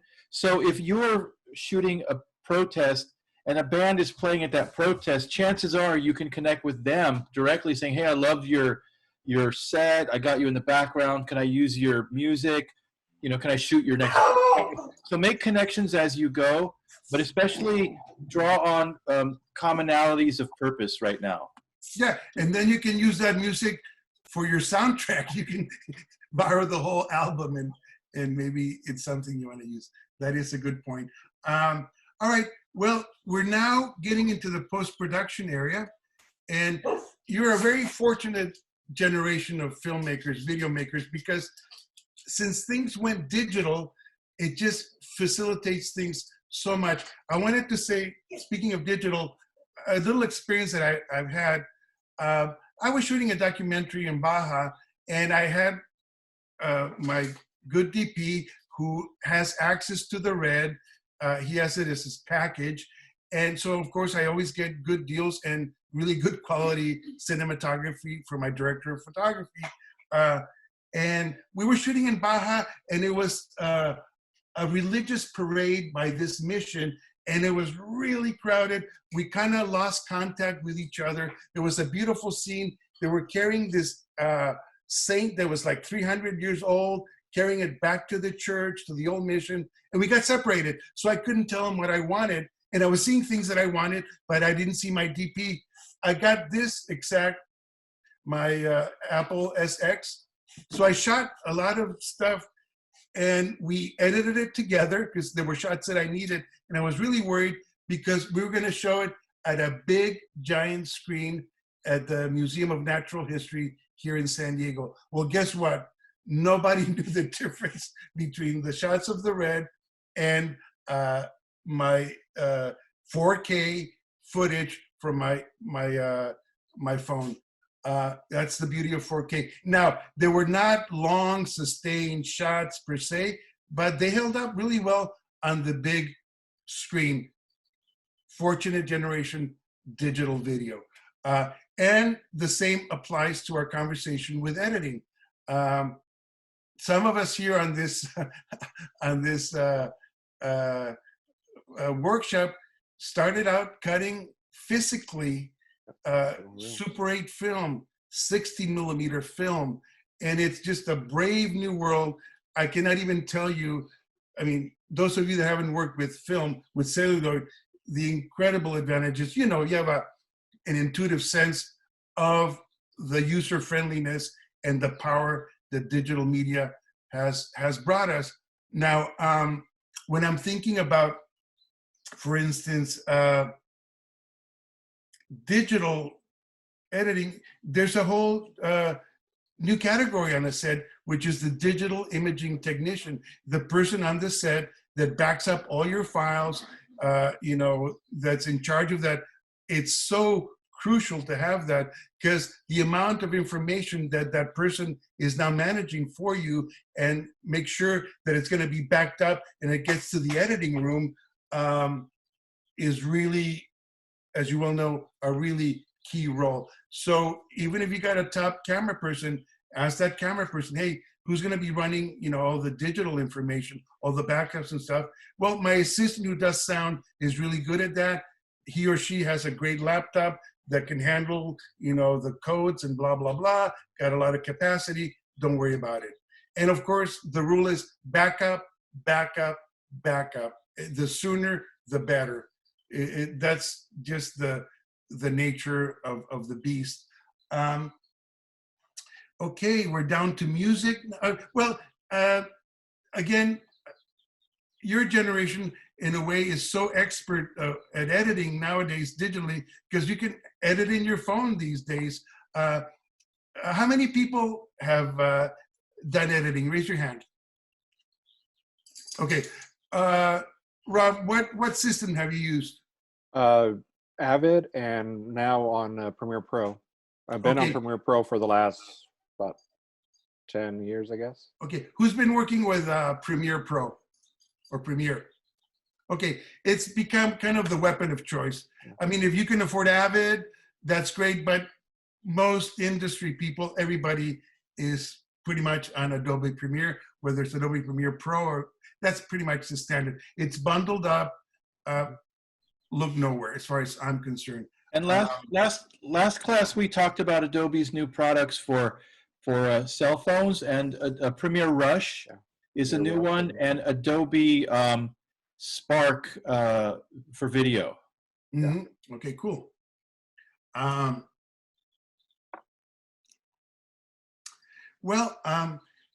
finished, let's say I'm doing my documentary. I already finished. I've had the fortune of working with editors, so I don't have to do all the editing myself. A lot of times I will do like a first cut, you know, just to get my story going, and then I will bring on an editor. And if I'm fortunate, because of budget realities, that I can hire an editor from the beginning, I will work with that editor. And I give a lot, I like, besides the technical aspects of an editor, that they have to be really good, because nowadays, editors, they're their own technical support. Everything starts and stops in their editing room. They are really, a good editor right now is so technically savvy that it's really a help as a director. But the other thing that I really rely, and I think is the greatest feature of an editor, is that they're good storytellers. So much so that my last couple of 3 documentaries, my editor also got a writer credit. There were interview-heavy documentaries, and guess what? He discovered a plugin where it will make transcripts of all your interviews faster than real time. I forget what it's called, this plugin. I said, buy it immediately, you know, because it's hard to have the luxury of transcripts. It's not cheap to get all your stuff transcribed manually. So this plugin had this capability. Oh, and it recognizes different languages. So I said, I'm in. It happened to be a bilingual documentary with bilingual sets of interviews. And then my editor, I said, don't make me read those damn transcripts. I already came up with the questions. I already got them to answer the questions. You're gonna get the writer credit. So what that editor starts doing, that's a good storyteller, starts finding the story, and as we say, quote unquote, cutting it on paper. I mean, he'll be cutting it on a PDF and, you know, highlighting the parts of the interview that serve the story, okay? So a storytelling, a good storyteller is fundamental to every department of the film, but especially as your editor. Your camera person will be a storyteller visually as much as your production designer also is telling your story, because he or she is in charge of what goes in front of the camera. But your editor is really, this is it. This is where they said, where the, you know, the rubber hits the road. That's where the story will be finally told. And if you have an editor, and even if you're the editor, and if you're a director, you should be a good storyteller. Always think of story. I want to reflect here. I'm kind of switching back and forth from the budget and all the production issues to the creative aspects of the job. And I think I reflect when I'm working as a director or whatever capability, or when I'm teaching, my biggest job is engagement. Engage, engage, engage. How can I best engage an audience? The biggest sin for a filmmaker is to bore the audience. It's a sin against your audience who's letting you come into their living room or into their smartphone or buy a ticket to go to the theater. And if you're boring them, it really is a sin against your audience, but also it's a sin against yourself, because you will lose that audience. You will lose that set of eyeballs. And as we know, if your film is not seen, doesn't get distribution, it, for all practical purposes, it doesn't exist.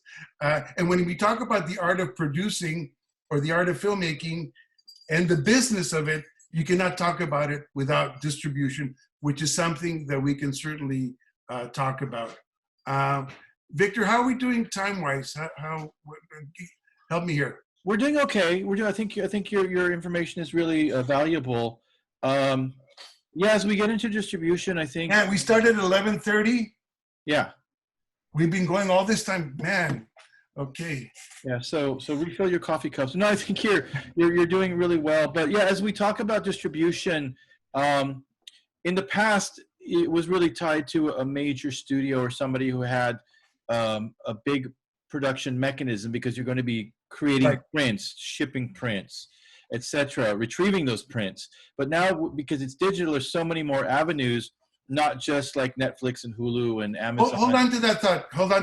Let's make that our next discussion.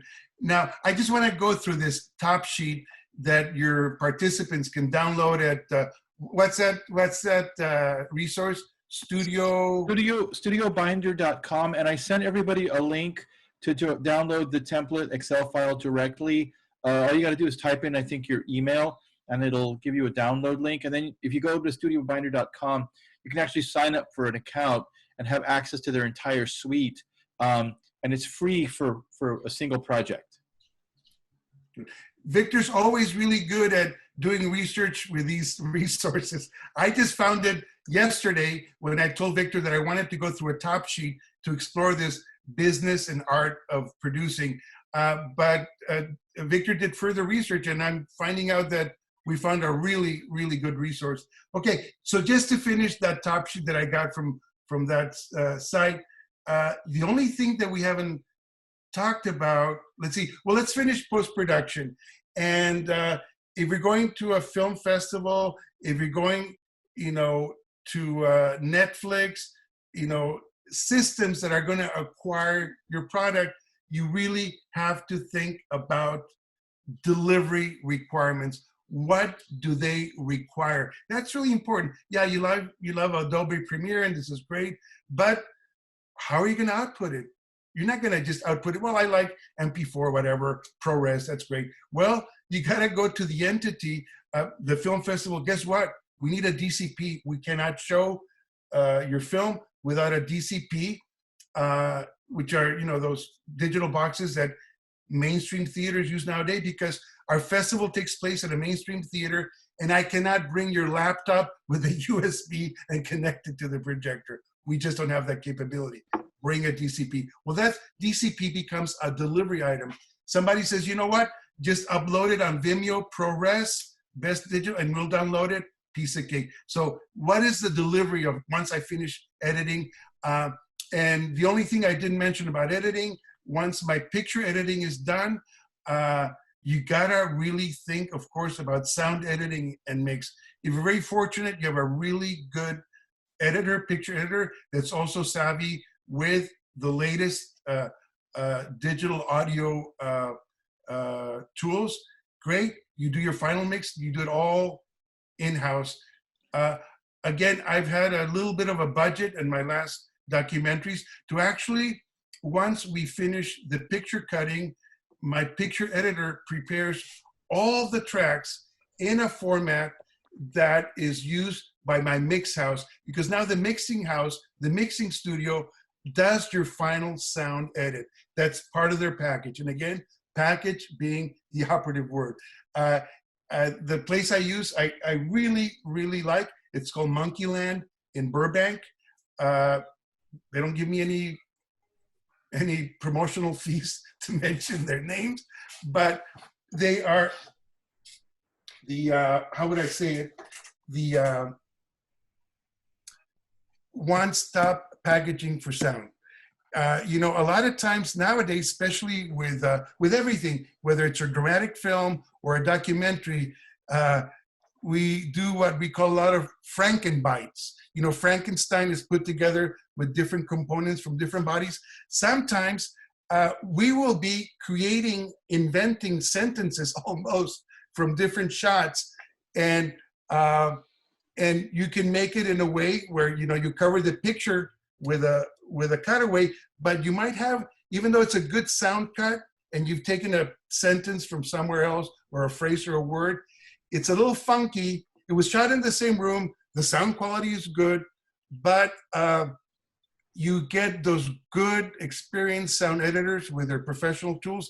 They can make it sound really smooth. That's the value of a good sound editor. And then that sound editor at this place that I'm just mentioning because they do my mix there too, they also, would you like us to run through your documentary, your film, and do the effects?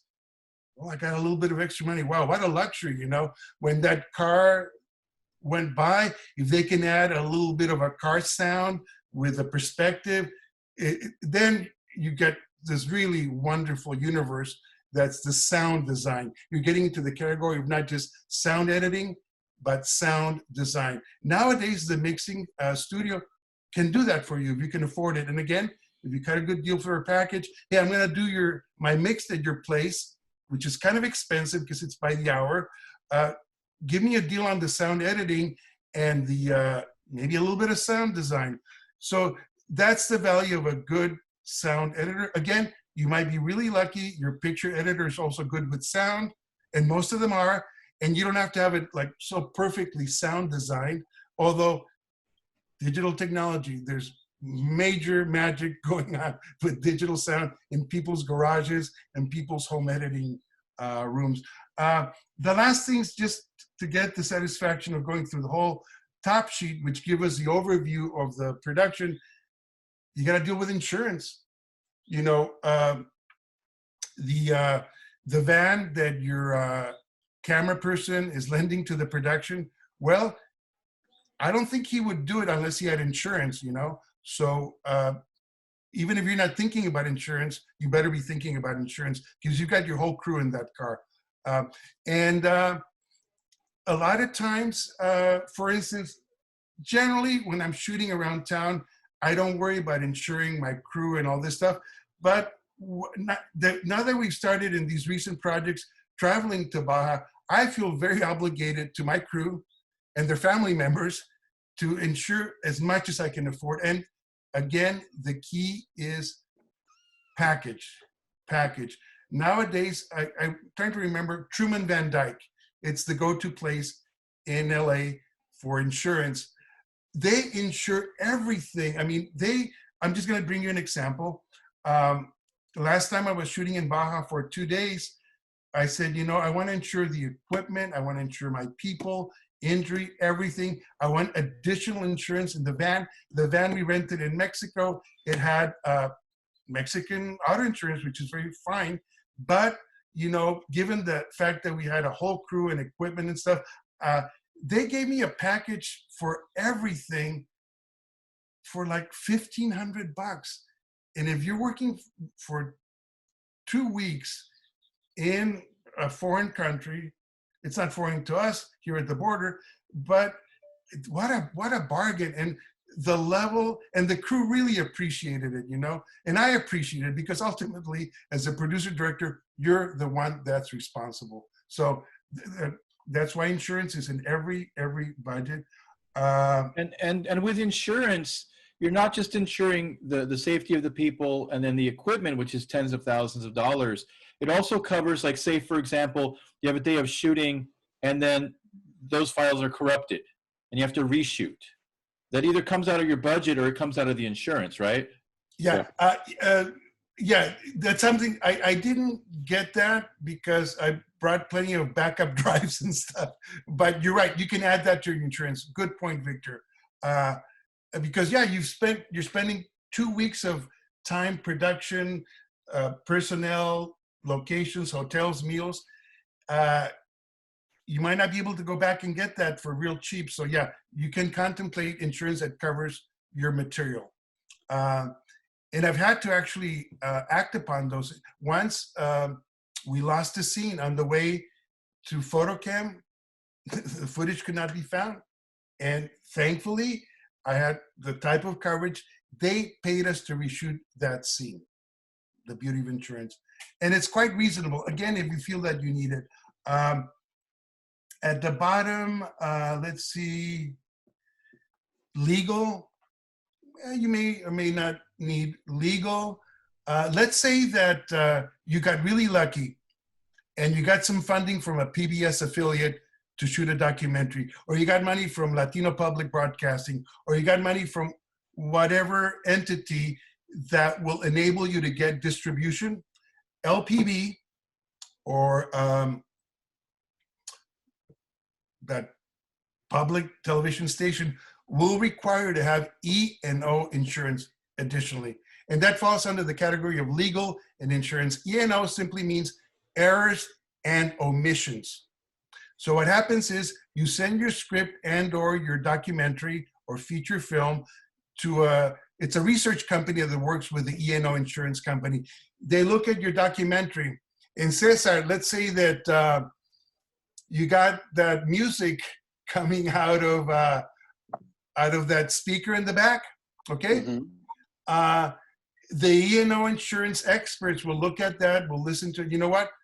That is totally cool. It's happening in real time. It's a real demonstration. A real public event is taking place.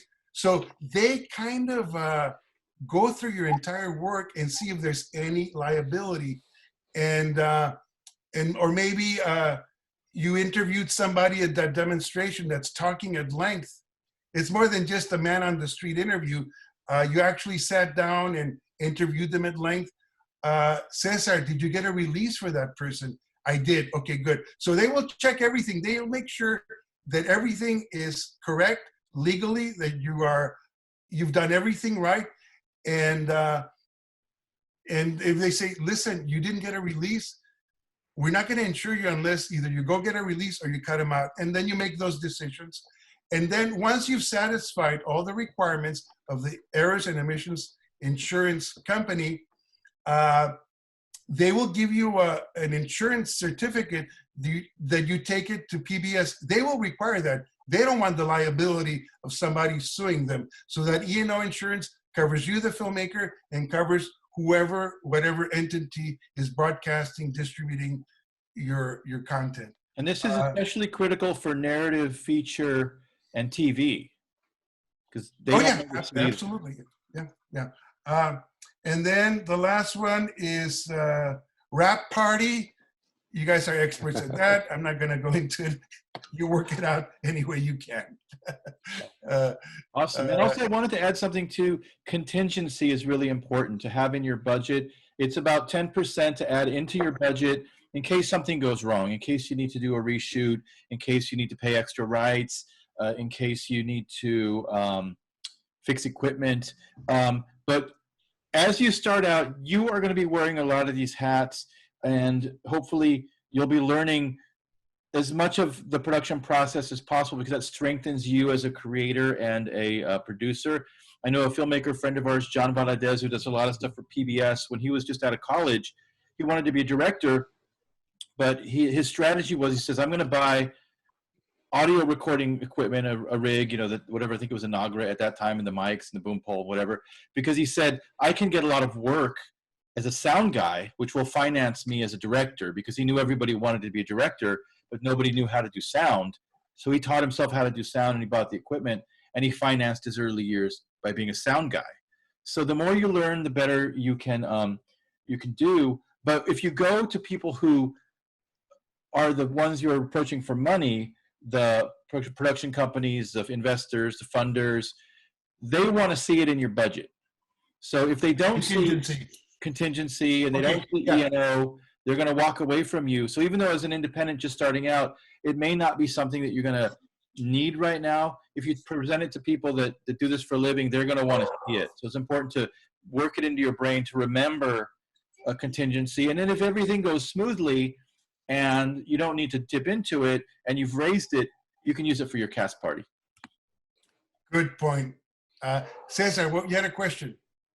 Yes, and I don't know if this would be at the right time, but I mean, talking about producers looking for money, looking for funding, what's been your experience like in getting funding for your projects from both private investors and potentially grants? I mean, how do you go about it? Hold on. That's exactly what we're going to be doing next, Victor, according to our agenda. I'm going to be talking about all the different projects that I've done, and those will give you real case studies because they come from different sources. Contingency, Victor. Yes. What I wanted to say about contingency is Jude, my wife and I, who we produce each other's projects, have an additional way of looking at contingency. Not only have you kind of, spent more money than you thought you needed to, but even if you spent all the money that you thought we needed to, we look at contingency as something as sort of additional shooting, pickup shots, and we don't spend that money at all. We don't touch it until we finish the first cut. That's when we make use of that contingency money. Because after this first cut that I have, oh my God, I'm going to have to get a couple of close-ups of that actress. The ones that I got didn't work out well. She gave a great performance. I didn't notice that there was something in the background. It's driving me crazy. I have to reshoot it. You have a little bit of money there. Or after, you finish your documentary,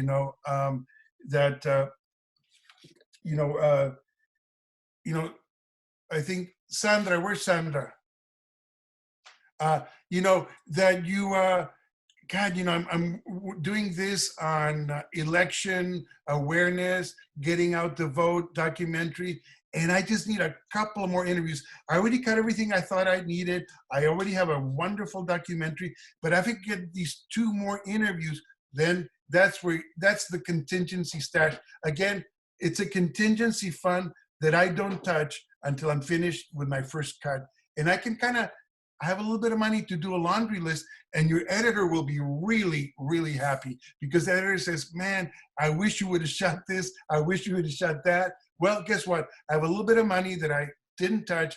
I'm going to go do it. And boy, what an empowering fund you have, because you know what?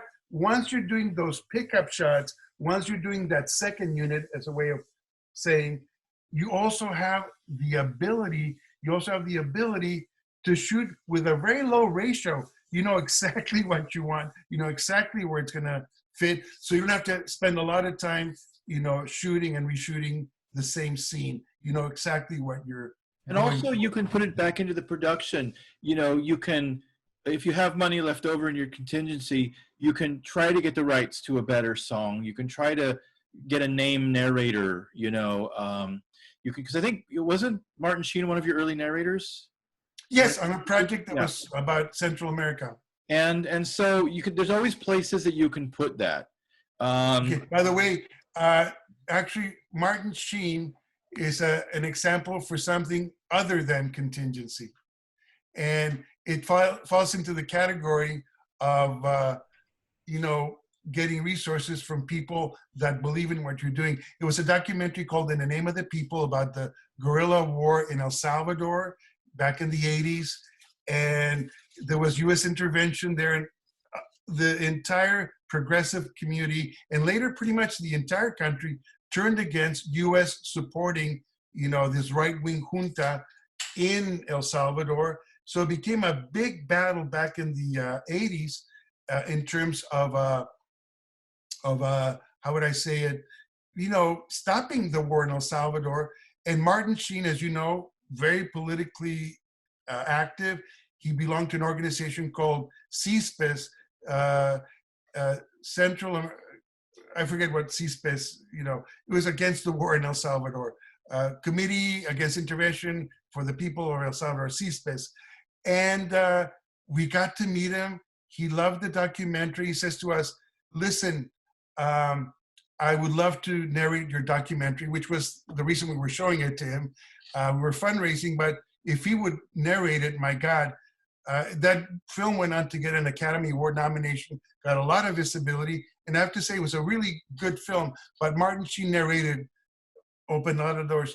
So he says, I cannot do it for free because I'm SAG. So we wrote him a check for what he asked us to, and then he turned around and signed over the check back to us as a contribution to the project. So anyways, that's the kind of person that Martin Sheen is. And for those of you that are doing documentaries that have social meaning, that are doing things that are good for people, you will find those kinds of allies.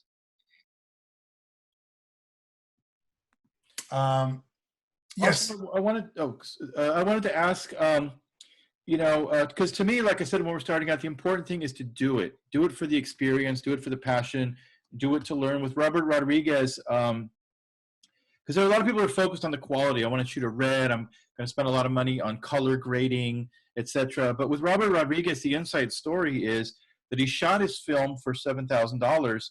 And kind of the joke is the poster cost more than the film. And, but the reality is when Sony bought it, I believe it was Sony, they did a lot of re-recording. They fixed the sound, they fixed the light and color, whatever. They put a lot of money into it, and they put a huge amount in promotion. So they spent literally many, many more times than Rodriguez made to make it. But if he hadn't made it, if he said, oh, I need to get the color right, I need to get the sound right, then he never would have started his career. He never would have finished it. The important thing was he got it done the best that he could, and he, being a dynamo, was able to market that in Hollywood to the people who needed to see it at a particular moment in history. You know, you know, right around that time, because Isaac was in the wave that was the kind of the first wave of Sundance filmmakers, and Rodriguez was in another, and there's always these different waves of indie, you know, renaissance. And the wave that Rodriguez rode in on was Tarantino and that crowd.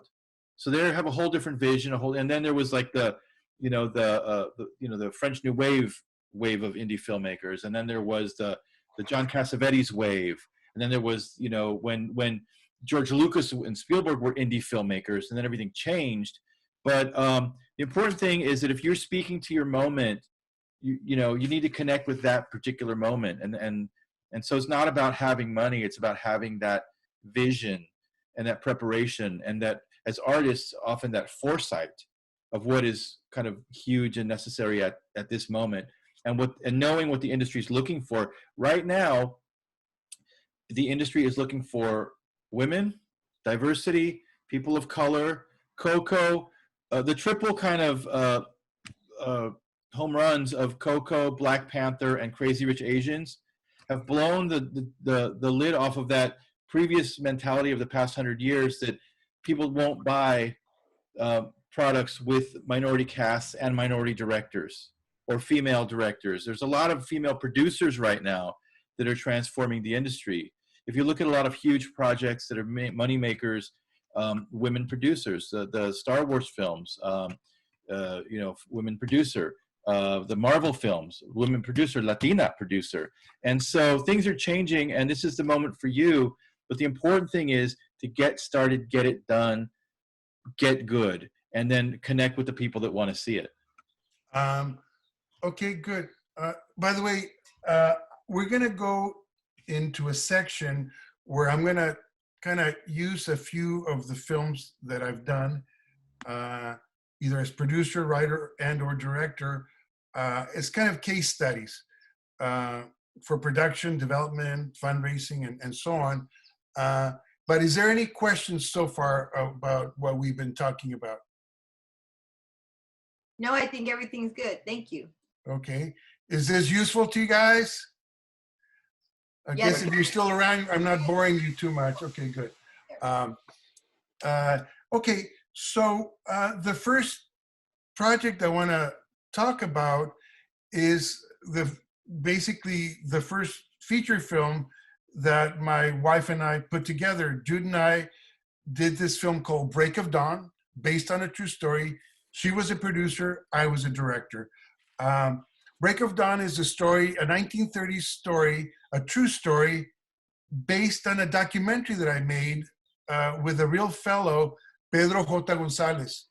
He was, I couldn't believe it. This is back in the 80s, near where Victor and I were living at the time in San Diego County, in San Isidro. The telegraph operator to Pancho Villa was living in his 80s.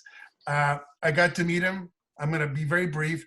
And I got to interview him. I had a little bit of seed money from the CCH, California Council for the Humanities, and that we were researching veterans of the Mexican Revolution, which at that time were still alive, and many of them in California. If you remember, Victor, when we were growing up, every other Chicano you met, their grandpa fought with Pancho Villa, right? Yes.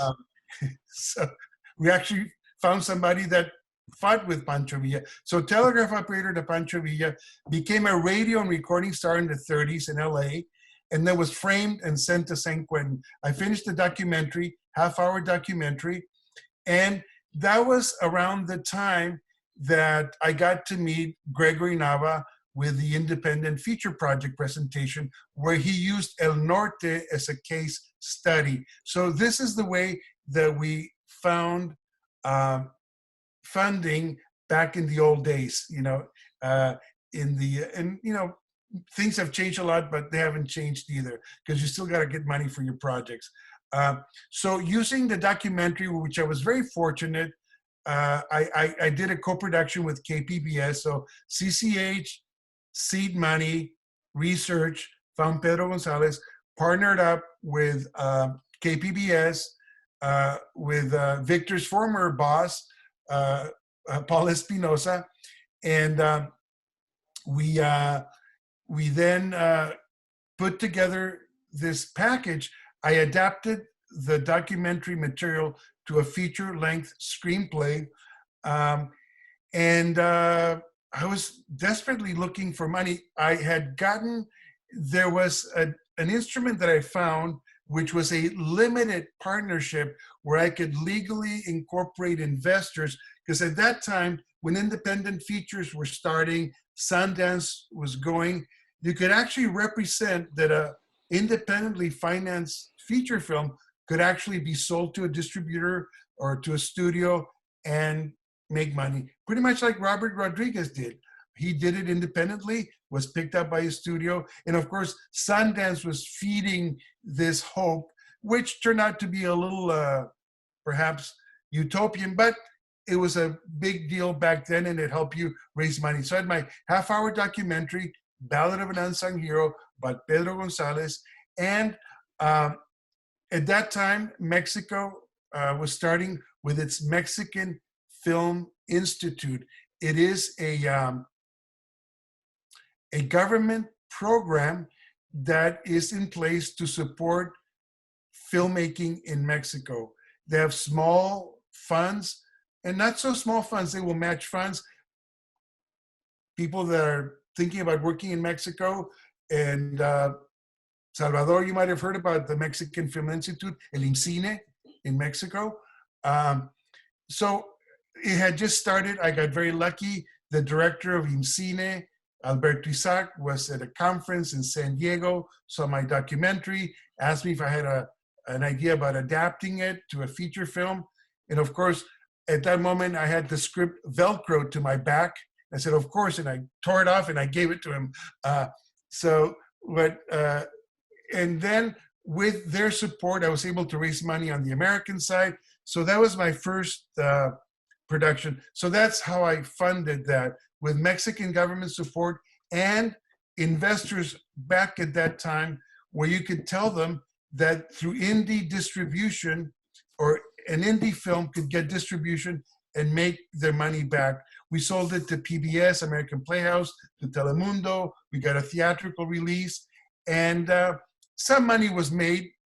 We didn't make tons of money, but you know, it did get some income, and that was great. So that's how the funding came about at that time. I'd like to talk briefly about some of the creative strategies of adapting. From the scriptwriter perspective, I could not fit all of Pedro J. Gonzalez's story, the Mexican Revolution, LA in the 1920s and 30s when he first came here, the radio years, and you know, this incredible life that I had to basically put into an hour and a half. He was deported after he was sent to San Quentin. He was framed, went back to Tijuana. I covered all that in the documentary because I was interviewing him, but there's no way I can put that into an hour and a half feature film. So the first tip that I got from a writer that I really respected, go for the most dramatic moment in the story and build your feature film around it. Well, of course, the most dramatic part of the story is in the 1930s. Pedro J. Gonzalez is a major radio and recording star on KMPC radio. And this coincided with the Depression, where they were deporting record numbers of Mexican people, because during the Depression, Mexicans were accused of taking jobs from Americans. Imagine that they would do that, which they're still doing right now. Well, not right now. Right now, we're essential workers. So anyways, so that was the most dramatic thing, because Pedro starts protesting on radio, on American radio in LA, where there's a lot of Mexicans. And the authorities got really scared. The district attorney framed Pedro of having a relationship with an underage fan, and the underage fan retrieved her testimony. It was a huge case in LA. That was the most dramatic thing. So as a screenwriter, I basically pretty much put the Pancho Villa years as sort of a memory in dialogue and focused on this very dramatic incidents. The height of Pedro J. Gonzalez's popularity and being framed and sent to San Quentin. And she was subsequently released from San Quentin with a petition drive that his wife made to free him. He spent 6 years in San Quentin an innocent man accused of a crime he didn't do. And so that was the most dramatic thing. Now, I had to now do a feature film, a period piece set in the 1930s. My first strategy was to do it in San Diego, where I had a lot of friends, contacts, resources, because if I went to LA, it would be hard to do. That was not my hometown, although the proximity to LA helped me a lot as an indie, because I could get crew people from LA, I could get equipment. Back then, you had to shoot 35 millimeter to make a feature film. That was just the standard thing. Get Arriflexes, 35 millimeter cameras. They were not cheap. However, we had a fund for that, but we put together also, being in Tijuana, San Diego border region, my actors, my two leads came from Mexico City, two well-known actors, performers, Oscar Chavez, Maria Rojo. So being at the border was really uniquely positive for making this feature film. Now, the next challenge was to recreate LA in the 1930s. And I've already talked to you a little bit about getting theater companies for props, for wardrobe and so on and so forth. So we used every tool, every trick of the trade to save money. But there's certain things that we paid. We became a Screen Actors Guild signatory, but because of the composition of our crew, we got a wonderful price for the salary of the actors. Back then, laboratories like Photochem that were processing film, they cut special deals for independents. We went to the Bay Area to edit. And at that time, we edited at Saul Sands Film Center. Saul Sands is a producer. He passed away, but he, produced The English Patient. He produced One Flew Over the Cuckoo's Nest. He produced a lot of great films. And as a way of giving back to the independent community in Berkeley, of course, he had also produced Creedence Clearwater Revival, Fantasy Records, a lot of resources. His way of paying back was having independent filmmakers use his facility at drastically reduced cost. So I had, for my post-production, really the best editors, the best mixing stage. It was all in-house. Back then, we were cutting in film, 35 millimeter. You would get your negative, make a work print, and have a flatbed that were running frame by frame, cutting it and putting it together. Once you edited your film in your work print, you went back to the negative, matched that. Anyways, in the good old days. So that's how that project came about. And I don't know, before I go to the next one, which is Love Always, a feature film that my wife adapted from a novel, and that has its own unique story. It's called Love Always. Any questions about Break It Down or that experience? Okay.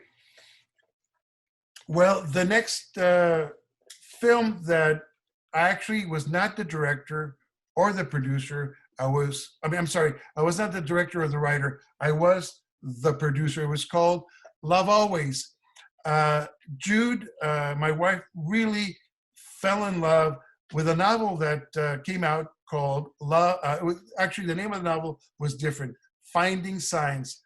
And she actually contacted the writer, Charlene, I forget her last name, excellent novel. However, there was a problem that the novel was so good that she got representation in Hollywood by Todd Harris.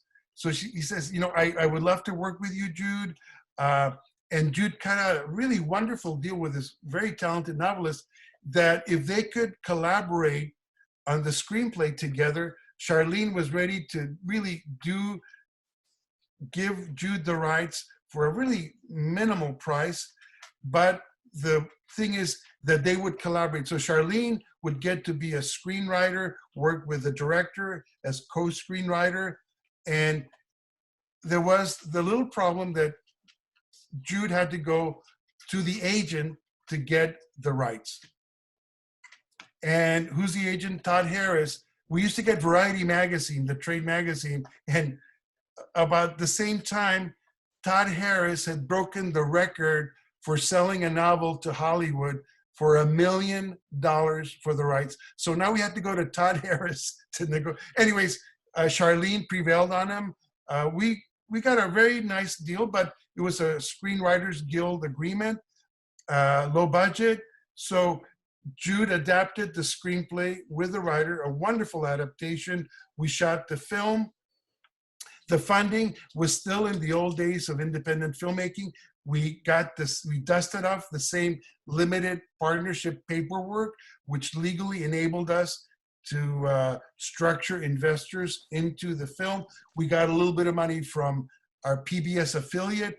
Back then, in those days, PBS was doing drama. Now, the only drama I see on PBS is British drama. I don't know why. Maybe they get it for cheap. But back then, El Norte and other indie films would get picked up by PBS in a series they had called American Playhouse. Yeah, actually, you know, it's more specific because they had American Playhouse that did productions of theatrical works, of plays, but there was a narrow window where American Playhouse opened up a feature unit. And so people like yourself, like Gregory Narva, they came in, it was like, I don't know, maybe 5 years, and then they shut it down. The golden age of American Playhouse, absolutely. Yeah. So let me tell you a little bit about how I helped produce Love Always based on Finding Signs. So we miraculously got the funding. Now, we didn't have a lot of money, so we decided to use a format called Super 16. People, even though we're in the digital age, know the difference between 35 millimeter and 60 millimeter film, right? Basically, it's 35 millimeter cut in half. So you use half as much film for the same length. It's cheaper to process, cheaper to edit and everything. And Super 16, what you have to do is you have to do a blow up to 35 to distribute it. So I'm not gonna get too focused on the technical aspects of it, but it had a lot of challenges.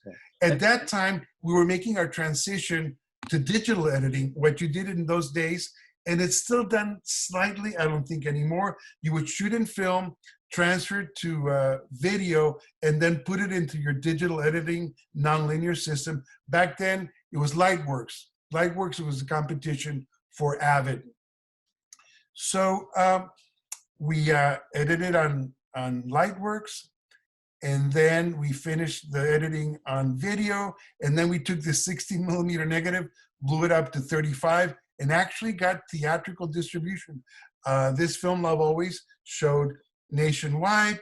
We had a semi-recognizable cast, among them Moon Zappa, Frank Zappa's daughter, Beverly D'Angelo had a cameo. So anyways, it was a good film, made the festival circuit, and got some theatrical distribution, picked it up. Hallmark channel back then had a cable channel, picked it up. Again, how was it financed? Some seed money from public television and independent investors, people that had money. It doesn't matter how good of a package you have, limited partnership, the secret to your success is fundraising is if you know people with money that want to get involved with film. Creatively, a dear friend of ours, Sergio Ara, who was the director of A Day Without a Mexican, we were starting to work with him doing small things. As a musician, one of the leading exponents of rock en español, with this group called Botellita de Jerez, we were doing a lot of music videos with him, but he came from a feature filmmaking background. He had married one of the leads in Like Water for Chocolate, Yareli Arizmendi, who, and of course, Sergio's dad directed Like Water for Chocolate, Alfonso Arau. So I said, Sergio, we need a good director of photography. Who can you recommend? He says, well, listen, there's a guy who just shot this film as a thesis project for the film school in Mexico, El Centro de Capacitación Cinematográfica.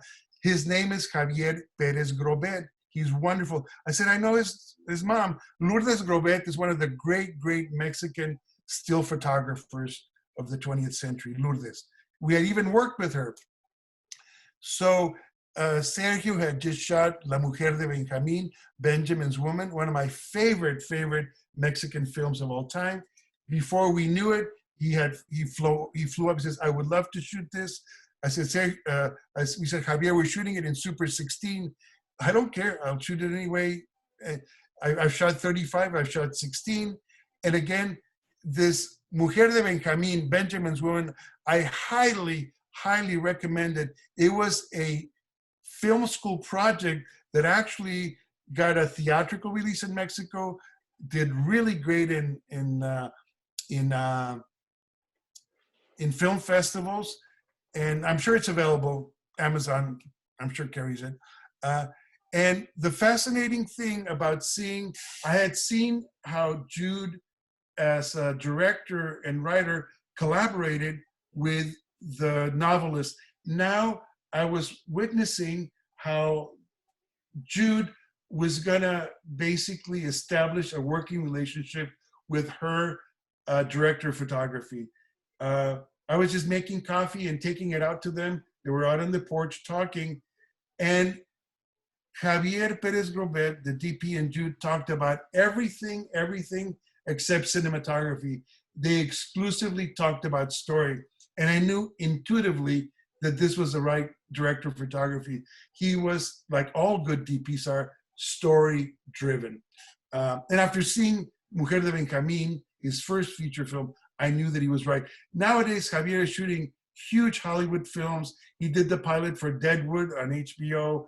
If you Google him, he's really he's kind of the same generation of Lubeski, those Guillermo Prieto, and he now lives exclusively and works exclusively in LA, pretty much, with a few stints in Mexico. So, but this was his first feature film in the United States. So then I called my good friend Sergio. Sergio, now I need a good production designer. He says, well, my dad just finished filming, as you know, Like Water for Chocolate, and there's a young production designer there, Mauricio de Aguinaco. I call Mauricio. He says, I'd love to work with you, Isaac. I'm also a good friend of Sergio's, but I have a condition. I go, what is it? We can't pay you a lot of money. I don't care. I'll pay for what you offered me. However, I need my right-hand person to come and work with me. This right-hand person was so good, Eugenio Caballero, that we actually made him the art director. So production designer, art director. Eugenio Caballero was 20 or 21 years old. Flash forward 10 years later, he's accepting the Academy Award for production design for Pan's Labyrinth. Again, very fortunate to be working in this border region where we had access to talent from both sides of the border.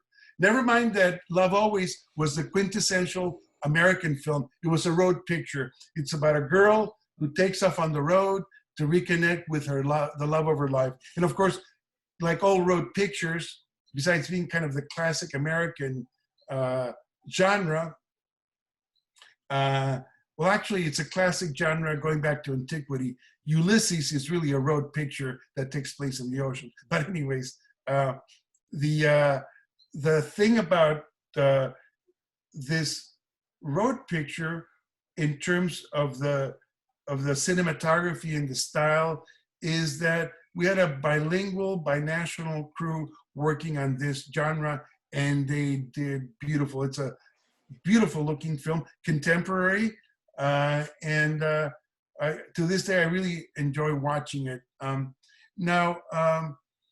So I talked to you about the script of Love Always, the funding of Love Always. I've also talked to you about the production design department. And again, making deals, trying to make package deals any way and every way that we could. And that's how we successfully completed Love Always, our second feature film as a company. Questions, comments, regrets? Salvador, ¿qué onda?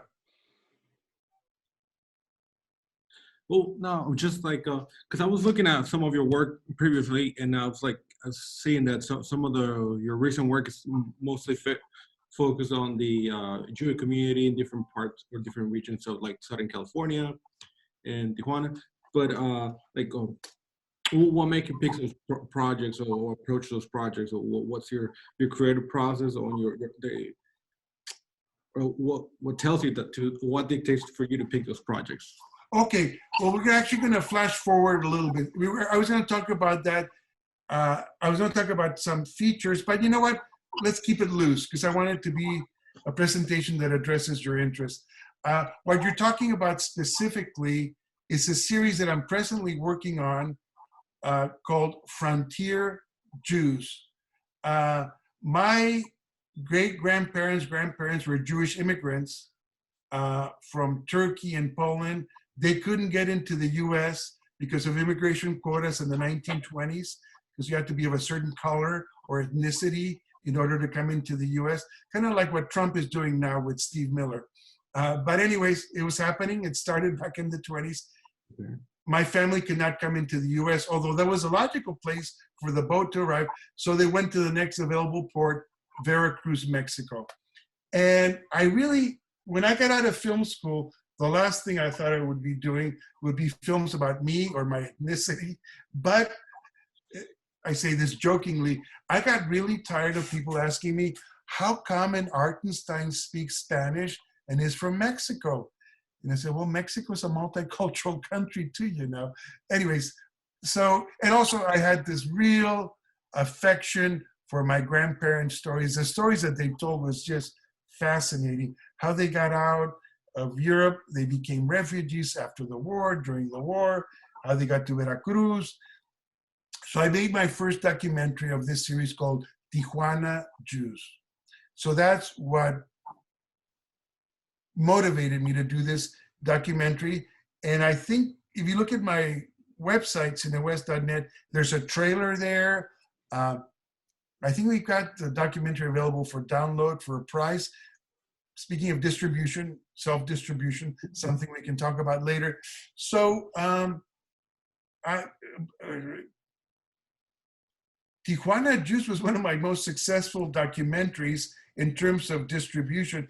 I worked on In the Name of the People about El Salvador, and of course that was incredibly successful. It got, you know, Academy Award nomination, theatrical release. But in the newer I did Tijuana Jews after my feature films, mind you. It got really popular. I did the festival circuit, and somebody in New Mexico said, hey, oh, by the way, funding for Tijuana Jews came exclusively from friends in the Jewish community. Hey, listen, guys, I'm recording your grandparents. I'm capturing these stories. I interviewed 40 people, and they wanted to keep these stories alive. By the time we finished the production, a lot of these grandparents had passed away, so they really understood the meaning and how the money that they gave was a wonderful thing in many ways. Tijuana Jews got picked up by KPBS locally, so it was a very satisfying project. And out of going to the film festivals, I was in New Mexico.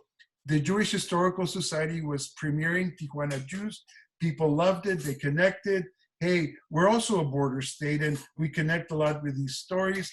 Years later, the head of the Jewish Historical Society contacted me, and we did this co-production called Hala Rising in the Desert, the Jews of New Mexico, which is another fascinating, talk about multicultural, multilingual story. And that was also picked up by some PBS affiliates. The money largely came from private donors. I'm now switching to people that are giving me money to make films because the films are meaningful to them, the stories are meaningful to them, and I could guarantee distribution. They did not expect to get any money back from their contribution. As a matter of fact, I structure these contributions through nonprofits. In other words, do people know what a fiscal agent is? Yes. Okay, good to know. A fiscal agent basically is a nonprofit. And if you get people to donate to the nonprofit, you can then have that, not investor, they're not investors, that person that's contributing use their contribution as a tax deduction. And Victor knows my first fiscal sponsor really well, the Media Arts Center in San Diego.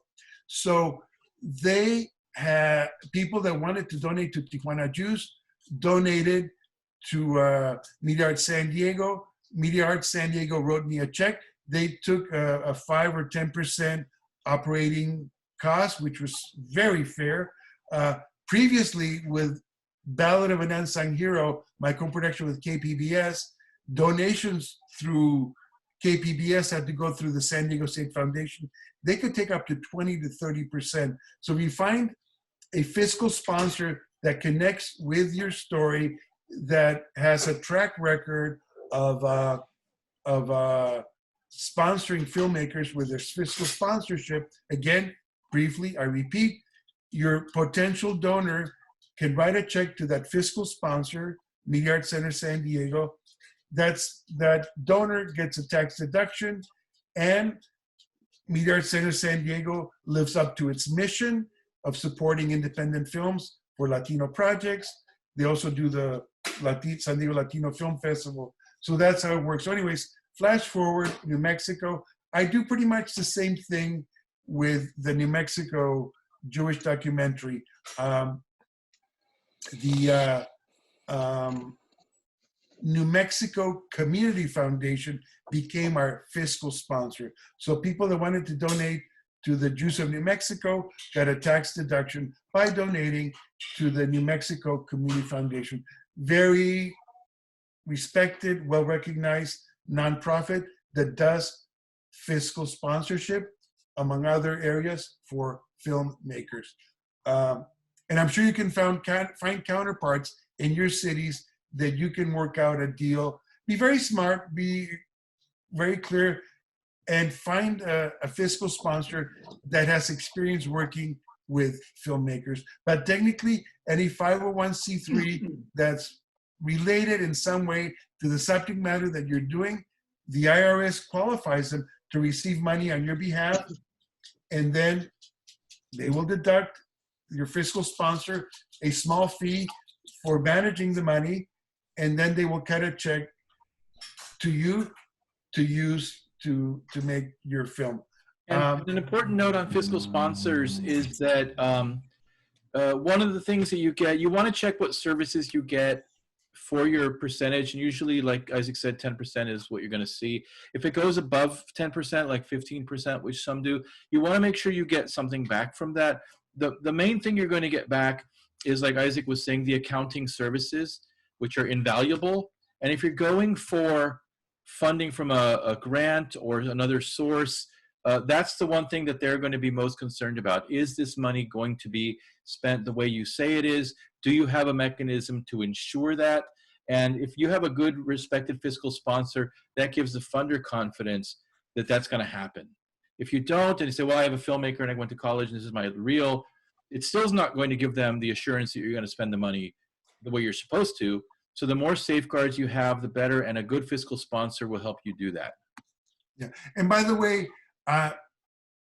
when Victor and I were talking about different ways of funding, I want to emphasize the shift that has happened for independent filmmakers in that, I've largely focused on films that had an interest from entities that liked or connected with the story that I was making, and they were not giving me money as an investment. It really was a contribution, a donation to the project. When we finished the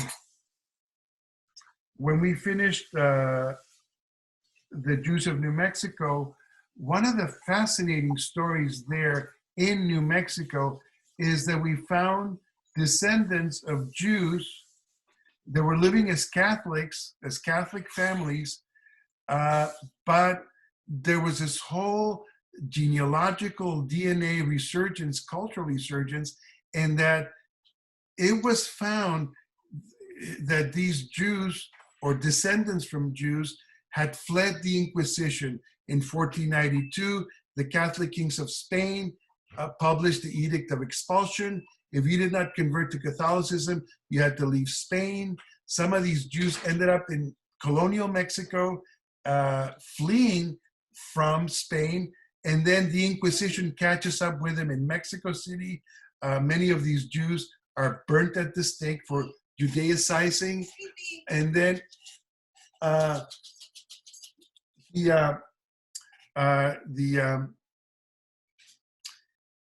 many of these Jews, we come to find out, they fled north, away from the Inquisition, and ended up in northern New Mexico, the furthest reaches of Spanish Empire, as far as they could get away from the Inquisition, and lived secretly as Jews.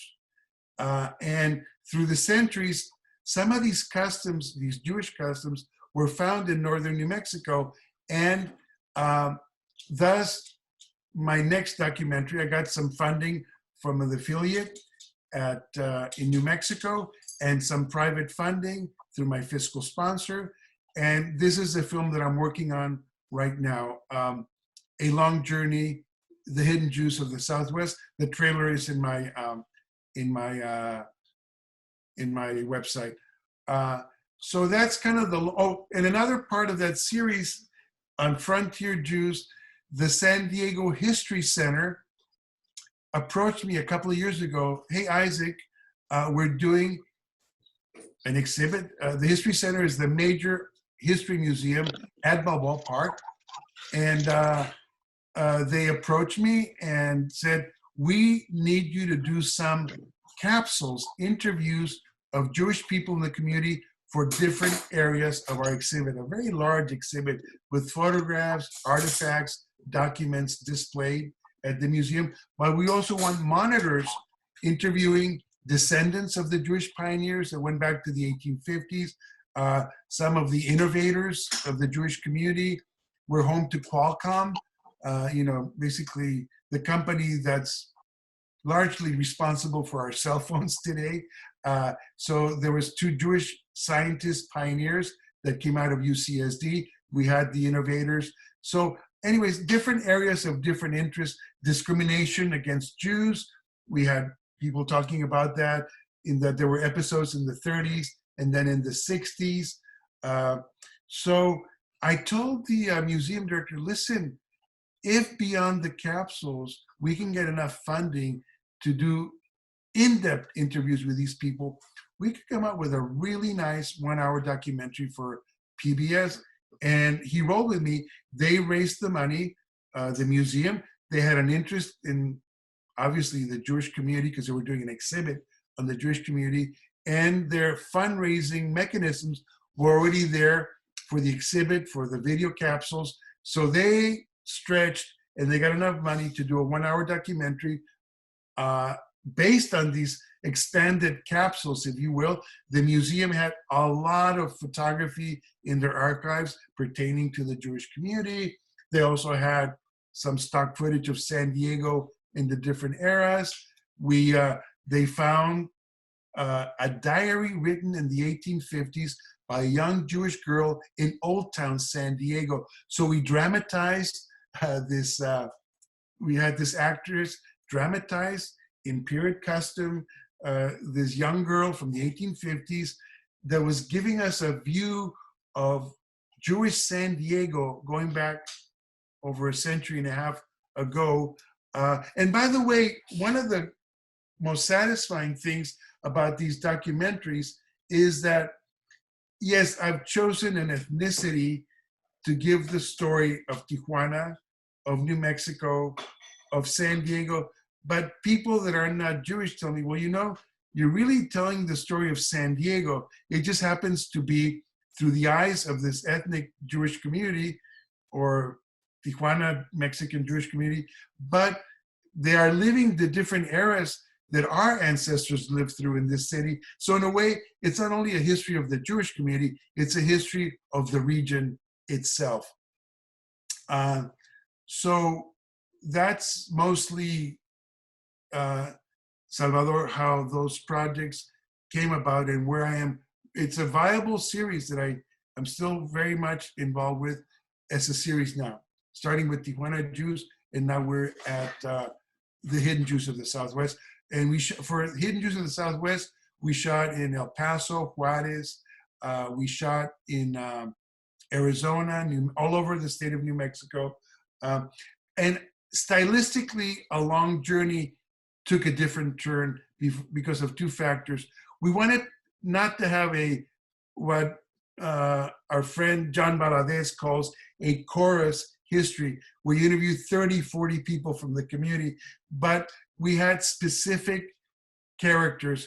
I only focused on 6 different characters on the Hidden Jews of New Mexico, and through their stories, I tell the larger community story. And also, my director of photography and I incorporated a very valuable team member, a really excellent drone pilot, cinematographer, if you will. And this allowed me not only for the beautiful and very engaging aerial photography, but to do something that I do nowadays with a lot of my documentaries. I am really fascinated as part of my visual storytelling of putting sort of the cultural landscapes that I'm doing, the interviews, the locations, with the natural landscapes, if you will. So aerial photography allows me to do that. And that we are also using in the Baja California project that we're doing right now. So I don't know, Salvador, if you have any other questions about that.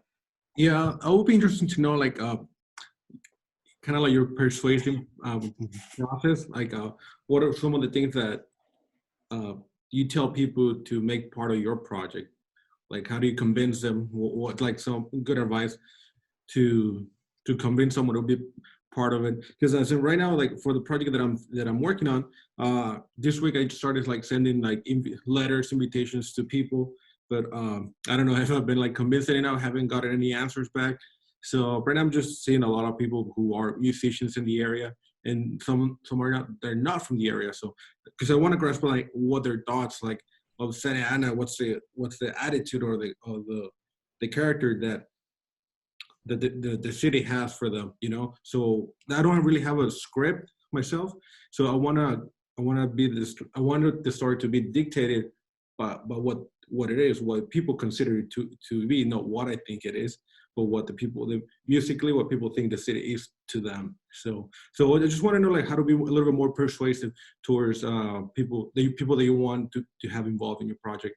Okay, give me an example of some of the type of people you want to get involved. Are you talking about the musicians that you want to feature? Are you talking about your crew? Are you talking about potential donors? Who are you trying to attract to your project right now? The musicians that they're gonna participate. Okay.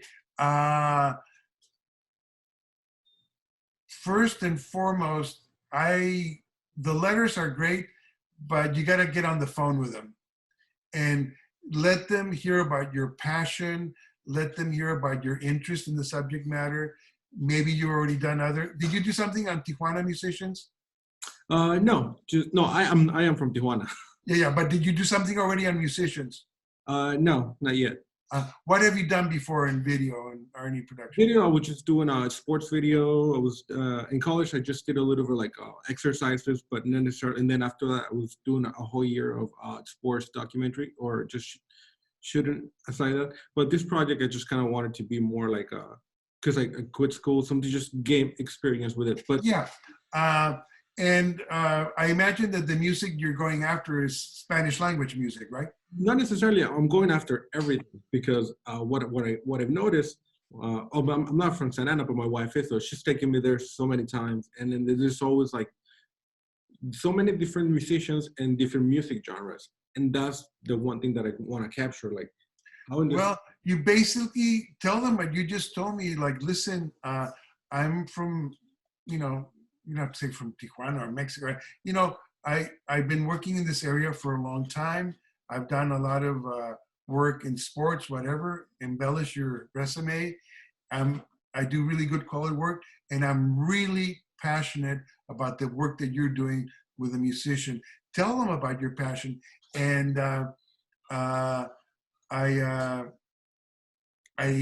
I really feel that Santana has all these different genres that are all unique because of this area. You're close to LA, but you also have your own thing going. And I really would like the opportunity to interview you, or if you're playing a concert sometime soon, I would love to record you, or, you know, what is the first thing that you want them to do when they get excited? Are you asking them for an interview? Yes, I'm actually. Okay, all right. Obviously, right now is not the right time unless you're doing it, Right. an interview online. But it's a good time to be preparing and getting people together. I'm sure everybody's looking forward to getting back to work again. So the long and the short of it is, A, convince them of your ability as an artist to do this, and 2, share with them in a succinct way why you want to make a film about them. And if I'm a musician and somebody calls me up and knows about my music, is able to do a documentary, and I'm going to be a part of it, I'm going to be tempted to say yes. So that's what I would recommend. I would add a couple of And things. again, use the phone and an email. You can't just hope that people get so many emails, they don't know who you are. So try to get both phone and an email. Yeah, awesome. Yeah, and I would add a couple of things to that. Some things we covered in previous classes. One is to be likable, you know, because a lot of it is chemistry. 2 is to make it easy for them to find you. So if you go and you talk to somebody and you say, hey, I want to interview you, or I like your band, and here's my blog, or here's my podcast, or here's a video I did, it's easy for them to, like Isaac said, it's a lot easier now for them to gauge your artistic quality, because you can just post it online and send them a link. The other is the advice that we gave, that when you ask people for money, they give you advice. When you ask them for advice, they give you money, is that it's so easy to connect with people on Facebook right now. So if there's a musician that you like, yeah, leave comments. Hey, I liked your new video. Love your band. Love your song. And over time, a couple months, a year, years are going to go by. By the time you go, hey, I'm doing a video and I want to interview you, they already have a relationship with you as the guy who likes their stuff on Facebook. Or you say funny comments, or you shared a video. As long as it's natural and organic and cool, it's easier to build those relationships now than it was before. Like, I'm a big Los Lobos fan, and Luis Perez is someone that I've interviewed many times over the years to promote, you know, his work, because I have a passion for it. But we're also Facebook friends, and we connect on Facebook, which is something, if you asked me in 1987, are you going to be friends with the Los Lobos guy? At that time, it would have been a lot harder to do. But now you can build those relationships, and I encourage you to do the same. If things are built on passion and shared interests and doing a common good, it's a lot easier to do that. And as we mentioned before, musicians fall in that category where a lot of them are out of work, so they have a lot of time. So it's a perfect time to say, hey, can I do a Zoom conversation with you? And you can record it directly to your laptop, to your hard drive, where I think it's 720p quality. But now that everyone's on Zoom, they're not going to ask you, was it shot on a Red? They're going to be listening to the content. So we're looking at Zoom conversations on broadcast TV, on the news. You know, newscasters are reporting from Tehran with their cell phones, that the standard for what is acceptable content, this is the new standard. If it sounds good and the lighting's good, it almost doesn't matter what it was shot on, as long as the content is good. But I guarantee you right now, musicians have a lot of time on their hands. Interesting. Salvador, are these groups recording groups? They have recordings? Are they? Yes, thank you. Yeah. Well, to me, it's interesting because, well, I know people that know more people, more bands and stuff like that. And I got more interested because there's one specific band that plays down there, and one of the guys and we went to college together. But at the time, you didn't hear anything, and it just a few years went by, and they're one of the local bands there that perform more often. So and they're not even from Santa Ana, and their group is basically all these different ethnicities. And myself is like, that interested me a lot.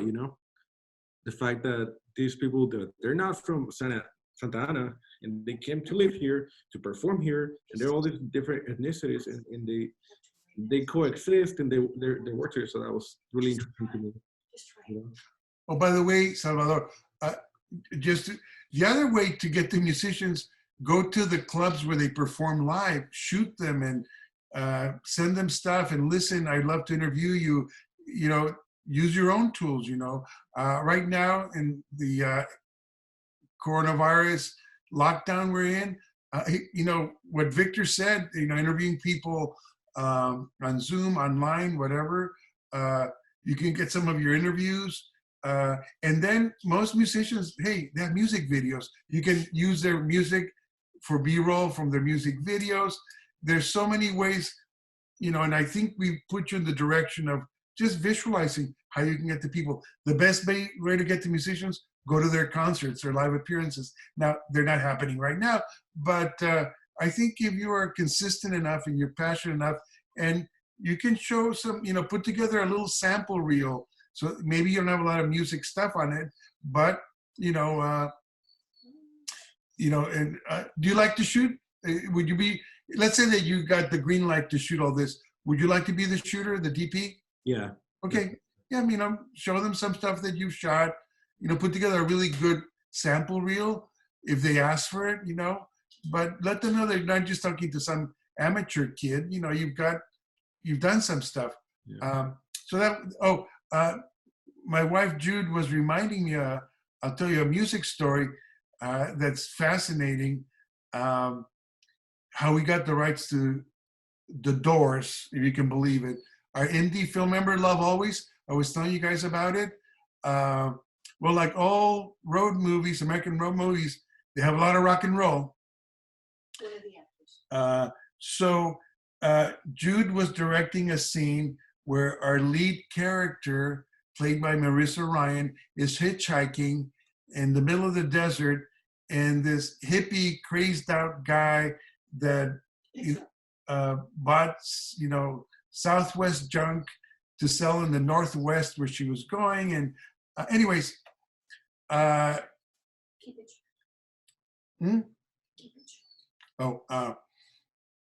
Jude is saying, keep it short, Isaac. Anyways, so Jude is shooting Javier Perez Grobet. The van is set designed by Eugenio Caballero with all kinds of junk, plaster of Paris, Virgin Marys, and black velvet paintings.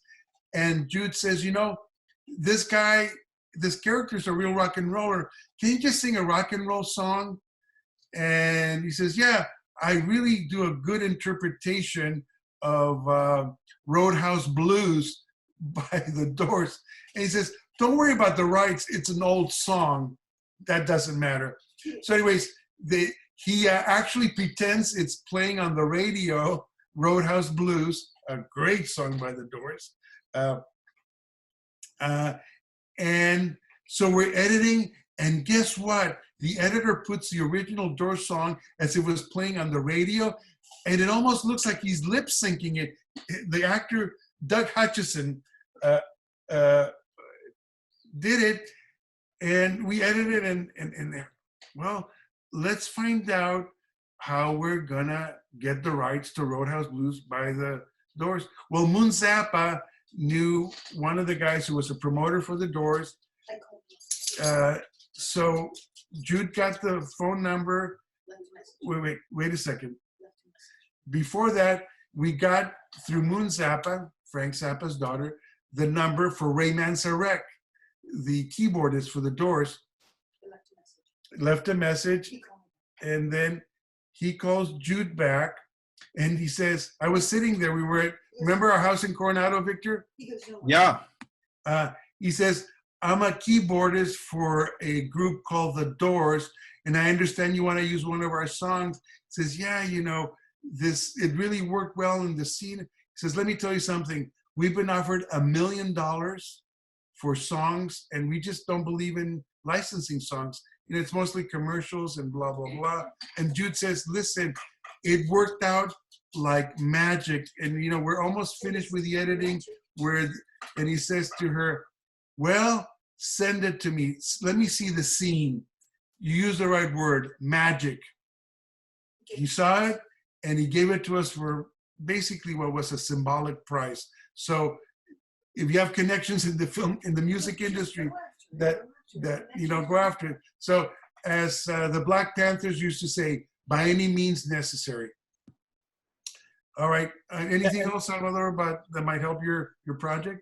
No, I think that's really helpful. I mean, I put that thought in my head that if I don't get any answers, like emails or social media, because I left all my information. Like, I mean, don't get discouraged. I mean, everyone's on lockdown, going a little crazy. So as soon as all this stuff, like, just go directly towards them. Like, we know where to find them.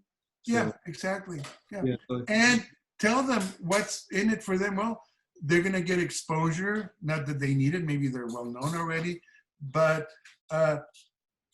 let them know that you're very committed to getting this thing distributed, and they'll get a lot of visibility. Maybe you can offer them a music video. Hey, if you let me, you're part of my documentary, I'll cut together a music video for you.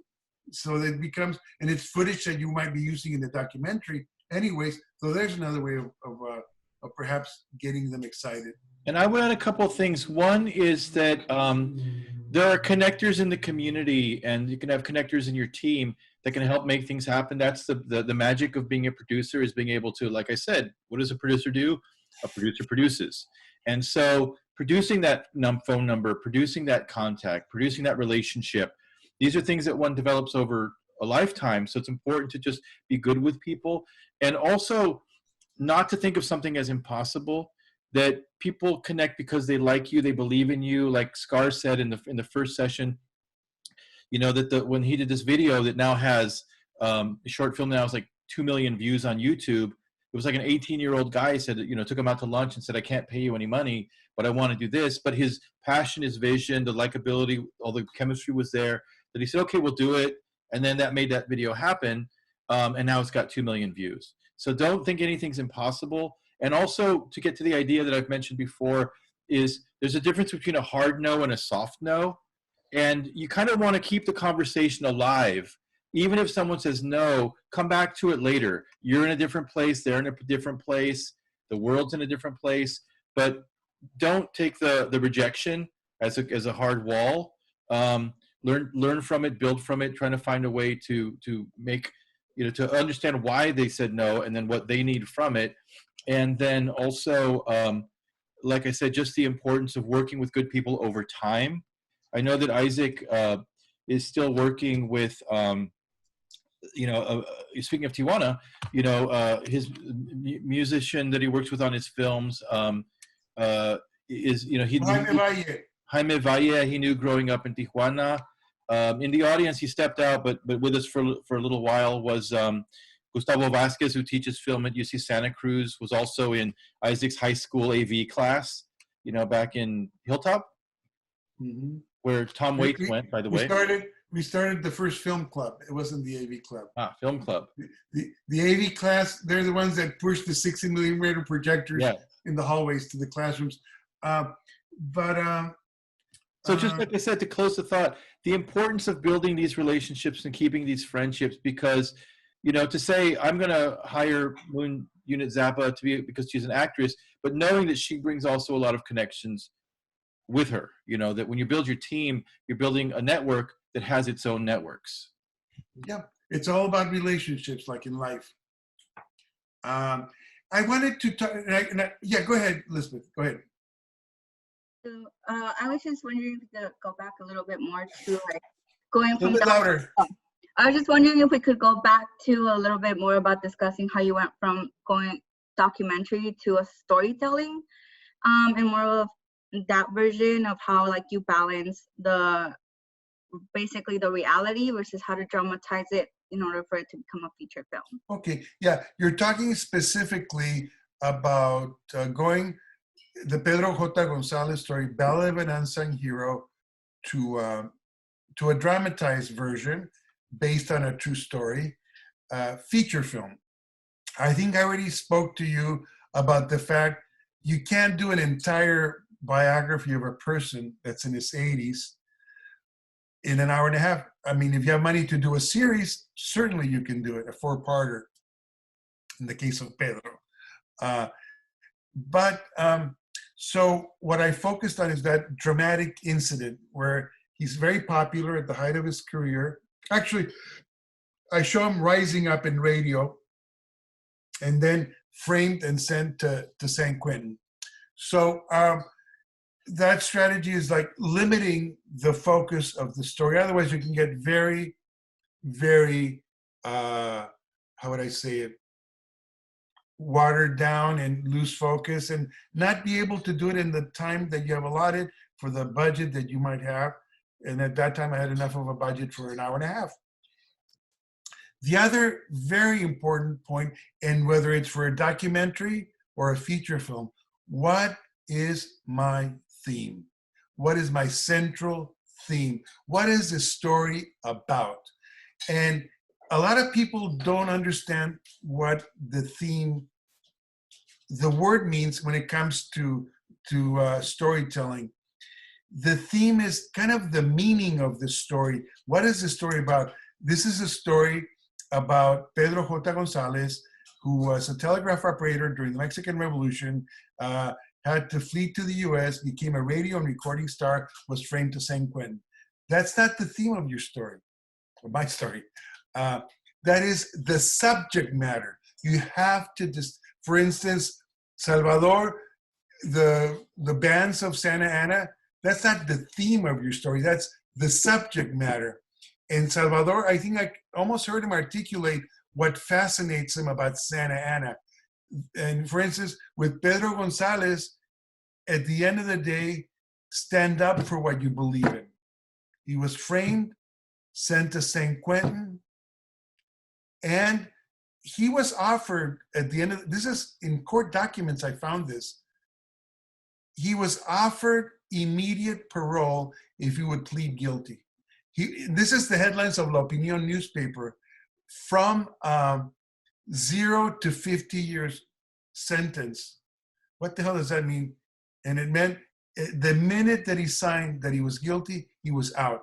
He says, I'm not going to do that. So the theme of this story is about a hero that decides that it's more important to stand for who you are, your beliefs, your dignity, than just going the easy way. That is the theme. That's what I built my entire, every scene in one way or the other reflects that theme. Sometimes he's tempted, and you might think that he's not gonna stand up for what he believes in, but that's what makes it exciting. But under every scene, every piece of my story is that theme. So scope and theme.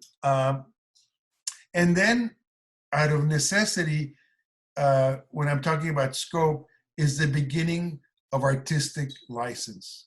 If I had to invent certain things, certain situations, certain pieces of dialogue that I know he didn't articulate because I'm making the scene up, although it's based on a true story, is artistic license, artistic license. And how can we give ourselves artistic license?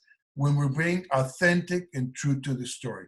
If you're authentic and true to the story, then you can take that artistic license. Are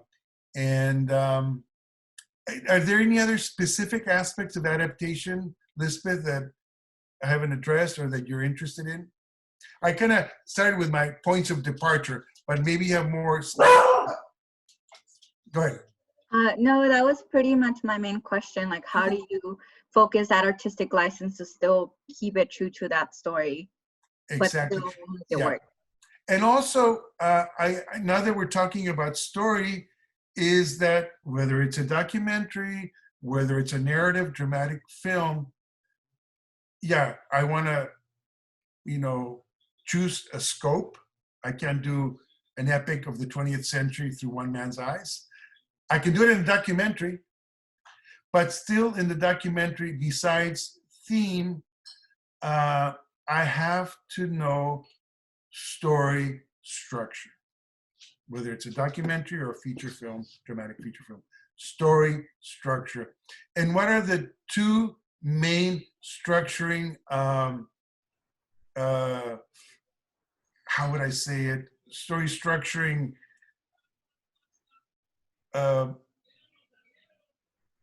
structures in Western storytelling or world storytelling. There's two of them. There's a 3-act structure that goes back to Greek tragedy, okay? Beginning, middle, and end. You know, you set up your story, you develop your story, you reach a climax, denouement, conclusion. So that fits very nicely into a 3-act structure. The other one that's very, very influential in storytelling, especially in Hollywood, is mythic structure, the hero's journey. Joseph Campbell basically did the research, was a pioneer, the hero of 1,000 faces. It's a 12-step hero's journey. You can Google it. And I can almost guarantee you, whether you're doing a film on bands in Santa Ana or whatever story you're doing, and Rob, you've done some screenwriting, right? Okay. All right. Or you've looked at scripts and you analyzed, is this a story that is something that I can do well? Well, the mythic structure and the 3-act structure are really, really fundamental. And I'm going to recommend 3 books that I use in my screenwriting courses. One of them is Sid Field's classic Screenplay, which is called Screenplay. It's a nice little skinny book. It's been around for a while. And he uses one of my favorite films of all time as the model, Chinatown, directed by Polanski, starring Jack Nicholson and Faye Dunaway. You can teach yourself screenwriting with that book and that film. Okay? You don't need me. The other book that I highly recommend is not Joseph Campbell, The Hero of 1,000 Faces. He was a pioneer, but the person that adapted it to filmic storytelling, Vogler, Chris Vogler with a V as in Victor, is called The Writer's Journey, utilizing mythic structure, whether you're a novelist or a filmmaker. And by the way, I got to tell you something. Joseph Campbell became a huge success, almost a cult figure, when PBS Bill Moyers interviewed him, and he interviewed him in George Lucas's offices because George Lucas assigns the success of his storytelling in Star Wars because of the work of Joseph Campbell, okay? And the magical thing, and you know, you gotta be flexible, if you take Sid Field, the 3-act structure that he masterfully lays out for you using Chinatown, and mythic structure by, not mythic structure, The Writer's Journey by Vogler, the 12-step journey is that you can pretty much apply it to your story, whether it's a documentary, a period piece, a shoot 'em up, a science fiction, detective story. You can apply those concepts and you can find the plot points that are really fascinating. Speaking about story, the main thing about story, I gave you the structural things. I already also told you another one, theme, is your characters. Your characters drive the story, not the other way around. The more you know about your character, whether it's a real story or an imagined story and a fictional story, the better your storytelling will be, the better engagement you will get to your audience. You know your story. Another book that I highly recommend, there's just 3 texts that I've used, you know, is, it was a colleague I got a chance to teach in the graduate screenwriting program at USC. I was teaching directing to writers, but of course, as you can imagine, I learned a lot about writing in that program. And it's David Howard's The Tools of Screenwriting. To me, they've been around for a while, so maybe there's newer stuff, I don't know. But to me, that's the trilogy. That is my the books that I've used and used very successfully for screenwriting. And everything that you learn there will be applicable to based on a true story. Lisbeth, do you have an idea for a story that's based in reality that you might want to adapt? Yeah, I like the You don't idea. have to tell specifics. You don't have to give away your project, but in general, what is it about? It goes back to the idea of like first generation students and a lot of the issues and obstacles that they face. Are you thinking of doing it as a dramatic story or a documentary? That's where I want to figure out because I do have access to a lot of people, but I do also recognize how seeing that in a dramatized story version, how that can bring up like a bigger audience. Mm-hmm. Well, you said the magic thing about storytelling, obstacles. My great, great beloved teacher at CalArts, Sandy McKendrick, the very gifted writer-director from England, it's storytelling, it's about a character overcoming obstacles. That is the hero's journey. Someone overcoming obstacles. If you have obstacles, you have drama. And in that group of people, I've taught first generation students in my classes. And there's a lot of drama there. A lot of the struggles that they're making, the success stories of going to a community college for 2 years and then transferring to a UC system. I've worked with those students, and yes, there's a lot of interesting stuff that's going on. Okay, any other? Oh, there's a couple of other projects I want to talk about. Not that I want to talk about my projects, but one of them is representative of something that would be of interest to all of us as filmmakers, which is doing a series. I did a series. I was hired to do a series when it was still the heyday of series, and it was a few years back in the early mid-90s. It was doing Charlie's Angels en Español. Sony bought Telemundo, and they wanted to do original programming. So Sony said to Telemundo, "We own the rights for Charlie's Angels. Can you make a series out of it in Español?" And Telemundo, "Yes, we can." Since Sony was giving them the money, of course they could. And Sony hired a local, low-budget series producer here in San Diego, in our hometown. Victor knows about him, Stu Siegel. Stu Siegel became the master of low-budget series movies of the week. So he got the contract from Telemundo, and of course, wanting to save money, he moved his operation to Tijuana, needed a bilingual producer, line producer. I'm producer for hire, had nothing with raising the money or putting anything together. The money was together, everything was together, cast and crew. I was just supposed to run the production. And I just want to briefly let you know what I learned from this series experience. As the line producer in a series, you're working with a different director for each episode, a different script, obviously, for each episode, but the same crew, okay?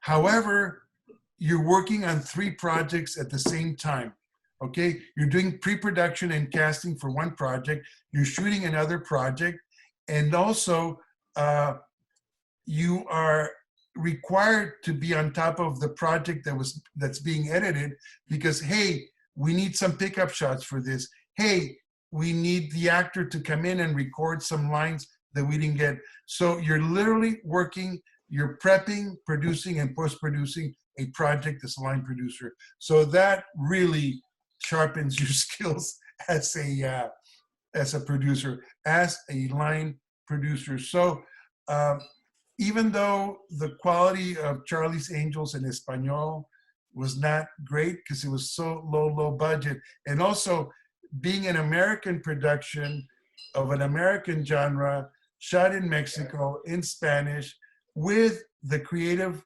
funding and money, everything coming from the States. I'll just tell you a quick anecdote that we would call the Stu Siegel, who was really great, supportive. He's hard ass, low budget, but man, you will learn more about filmmaking with, you know, a few weeks of production with Stu Siegel than a year of film school. But anyways, yeah, they refer to him as the Roger Corman of San Diego. The Roger Corman of series altogether, really. And I'm talking about, do you remember Renegade with Lorenzo Lamas? A Latino actor. A Latino actor. Yes, of course. Silk Stockings.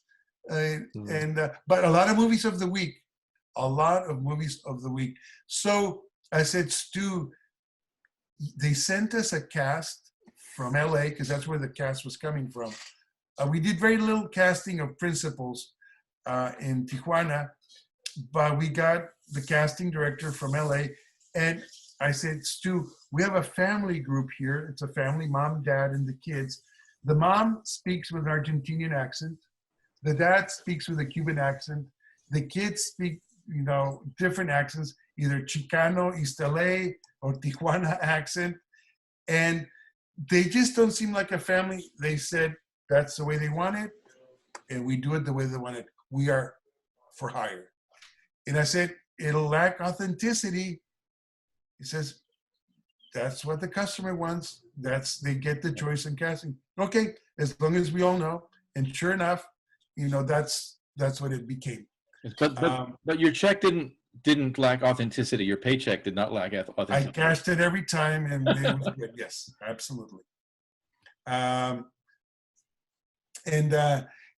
Stu Siegel taught me a lesson, which was hard for me as a film school trained director, MD, who was always about quality. He says, when you're working for hire, the people that are giving you the money might be stupid, but when they're giving you the money, you call them Mr. Stupid, because you have to respect them. And also, one thing that we've talked about in this class also is the importance of getting paid to learn. So as a director, you're learning more about producing and getting paid for it from this gig that may be a throwaway thing in your career. But I did have experience as a producer, by the way. I had produced Jude's film that we talked about, Love Always, with the Doors song. But I have to say, yes, you're absolutely right, Victor. I brought those skills as an indie producer to a whole different world, which was series producing. And you produced a total of 13 episodes in the time that it took us to produce one feature film. So you do the math on the learning curve there. And it's important to know another interesting note about Oh, by the way, the executive producer in LA that hired Stu Siegel was your friend Nelly Galan. Oh yeah, who was the wife of Hector Galan at the time. And at the time also was the wife of your other friend, Paul Rodriguez. And he became the voice of Charlie.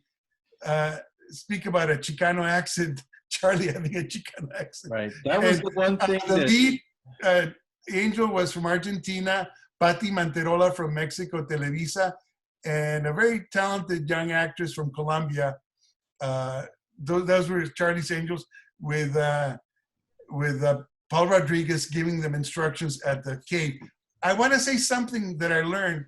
Stu Siegel says, you know, Isaac, we were working literally at a maquiladora building. They were making furniture next door to us, and we jokingly referred to them as our prop department. And they were manufacturing clothing next to us, so they were our wardrobe department, jokingly, because we didn't use them, but that was what they manufactured. But he says, Isaac, you know what I love about producing in Mexico? And I told Stu, yeah, you save a lot of money. Yes, but you have no idea. I can hire a carpenter, 7 carpenters in Mexico for what I pay 1 or 2 carpenters in the US. And you know what? Each one of those carpenters in Mexico is as good or better than the carpenters in the US. And those carpenters build the Charlie's Cave, whatever. Amazing. I mean, it's a good looking set that we use. So that was something that was interesting, working bilingually, biculturally, binationally. We finished at 3 o'clock. We had to stop shooting, take all the film from the set, run it across the border, go to Stu Stiegel's office, which was next to the airport. I forget which airport it was, a little airport, fly it to Hollywood Burbank to get processed. And the next day, the director had dailies on video. So again, these filmmaking, in our region and everywhere, it's a very international, those things that I talked about, that top sheet, the production, is very similar to what's happening in Churubusco Studios in Mexico City. It's just an international industrial phenomenon. And I tell my students, you might work in Mexico sometimes, so you got to learn, for instance, what do you call a zoom lens? And I tell them, el zoom. And I say, you got to know what a dolly is called. You know what a dolly is called? El dolly. So again, being bilingual is very important. And also to talk about the importance of time and place, and historically, and culture and economy, is that Angeles came out in 1999, filmed in Tijuana. Tijuana had been put on the international film map in 1997 because Titanic, the James Cameron film, was filmed in Ensenada. Absolutely. And so there was a huge influx of people from Mexico City coming to the border region. And from the U.S. And from the U.S., who were, like you said, top-notch talent, next-generation talent, people just out of film school. But the one lesson from Titanic, other than that, because they were using newer technology, is that they had access to all these skilled craftspeople. That, like you said, if you like all the chandeliers, the woodwork, the costumes, the whatever that they used that made Titanic elegant, that wasn't digital, was made in Baja California by craftsmen, like you were describing. So a lot of those people, as with Charlie's Angels, as with Titanic, either came from LA, San Diego, or Mexico City. But, for instance, they were the department heads, if you know what I mean. But those department heads looked at the theater companies for set designers. They looked locally for some of the second, parts, we call them, supporting cast in Tijuana. So they really helped to train local people that nowadays you might not have to go outside of Tijuana to get a complete crew to work in your film. Maybe if you like a DP from Mexico City, why not? But I guarantee you can find a very good DP in Tijuana right now. And Tijuana has a strong video art, experimental, alternative, underground movie scene, cinema scene. So I remember when it happened, a lot of people were really critical, saying, well, this is a Hollywood blockbuster, there's no artistic merit. But then they're like, well, we can learn a lot from this. And they're working in the industry today. Like I learned with how to produce a series with Charlie's Angels in Espanol. By the way, we had this secret notion that Sony was doing market research, because right after they shut down Charlie's Angels in Espanol, they started producing the blockbuster Charlie's Angel feature film that came out with Drew, was it Barrymore, and I forget who the cast was. So maybe they were just throwing some money at us to see how audiences would respond to and that. I remember, I think you were telling me that the highest our market share was correctional institutions. That was, Charlie's Angels was, Angeles was more popular in jails and prisons. That might have been your research, Victor. Sounds more like a Victor Payan market research. But also, before we move on to A Day Without a Mexican, just in terms of historical moments, that was also because Pocha talked a few classes ago about working in Spanish language game shows around the same period. But the market was really exploding at that time, and people were really, like, Spanish language adaptations of U.S. properties was a big deal right then, because nobody was funding. Oh yeah, Big Brother. I mean, yeah. And now the opposite is true. They're doing English language adaptations of Spanish properties like Ugly Betty. Latin American series, etc. But one thing that's big right now that people would have said at that time, oh, they'll never do that, is original Spanish language content for Netflix, big productions. Like if you've seen Los Spookies, if you've seen Casa de las Flores, if you've seen Narcos and Narcos Mexico, this Angeles is the precursor to that, of saying we're going to get American money to fund Spanish language productions for the American market. And those are huge right now. Diego Luna. By the way, one of my favorite ones. I don't know if has anybody seen Paquita Salas? Oh man, you have to see it if you have Netflix. Paquita Salas. If some of you saw Broadway Danny Rose with Woody Allen about a down and out agent who's trying to make a comeback, but it's set in Spain, in the film industry in Spain. And it's like Almodovar on LSD. You gotta see it. Paquita Salas. And original production by Netflix, by Spanish speaking, production company in Spanish. Again, very popular in the Netflix world. And also, suffice to say, Victor, how about Roma, Spanish speaking major motion picture with theatrical release, produced by Netflix with a great director, Alfonso Cuarón. And again, because this industry drives on the market, Roma blew the market away, blew the Oscars away. We were thankful enough to have it in our film festival, the Film Fiesta, a couple of years ago, and we had a hard time. There's a long story about how we got it. I'm really excited, but we originally had reached out to them when we heard it was coming out. So I was going to do like a 2-week release because they need to be Oscar qualified, and then it hit so well that they extended it to like 3 months. I remember that. Yeah, and so nobody could get it for festivals after, I think it was Toronto, because they had made the decision, oh my God, this is such a huge hit, we're going to move it to theatrical, and that's happening a lot too. And there was a lot of resistance from the Oscars at that time to have a Netflix-produced film that was going to go directly to streaming qualify for Oscars, but they did the right thing. If you have a limited theatrical release in the U.S., you qualify for Oscars. And then, like you said, Victor, that limited theatrical release went on to a major theatrical release in the U.S. and Mexico. And by the way, that same young art director that worked in Jude's film Love Always, that went on to get the Oscar for Pan's Labyrinth, was also nominated as a production designer for Roma. He did a masterful recreation of Mexico City in the early 70s for Roma, which was one of my favorite parts of the film, actually. Okay, well, we talked about series. So let's get into Day Without a Mexican, because I really want to talk about how that came to be at that moment in time, because it really is a transformative film, and it started as a short. Yeah, I'll tell you how.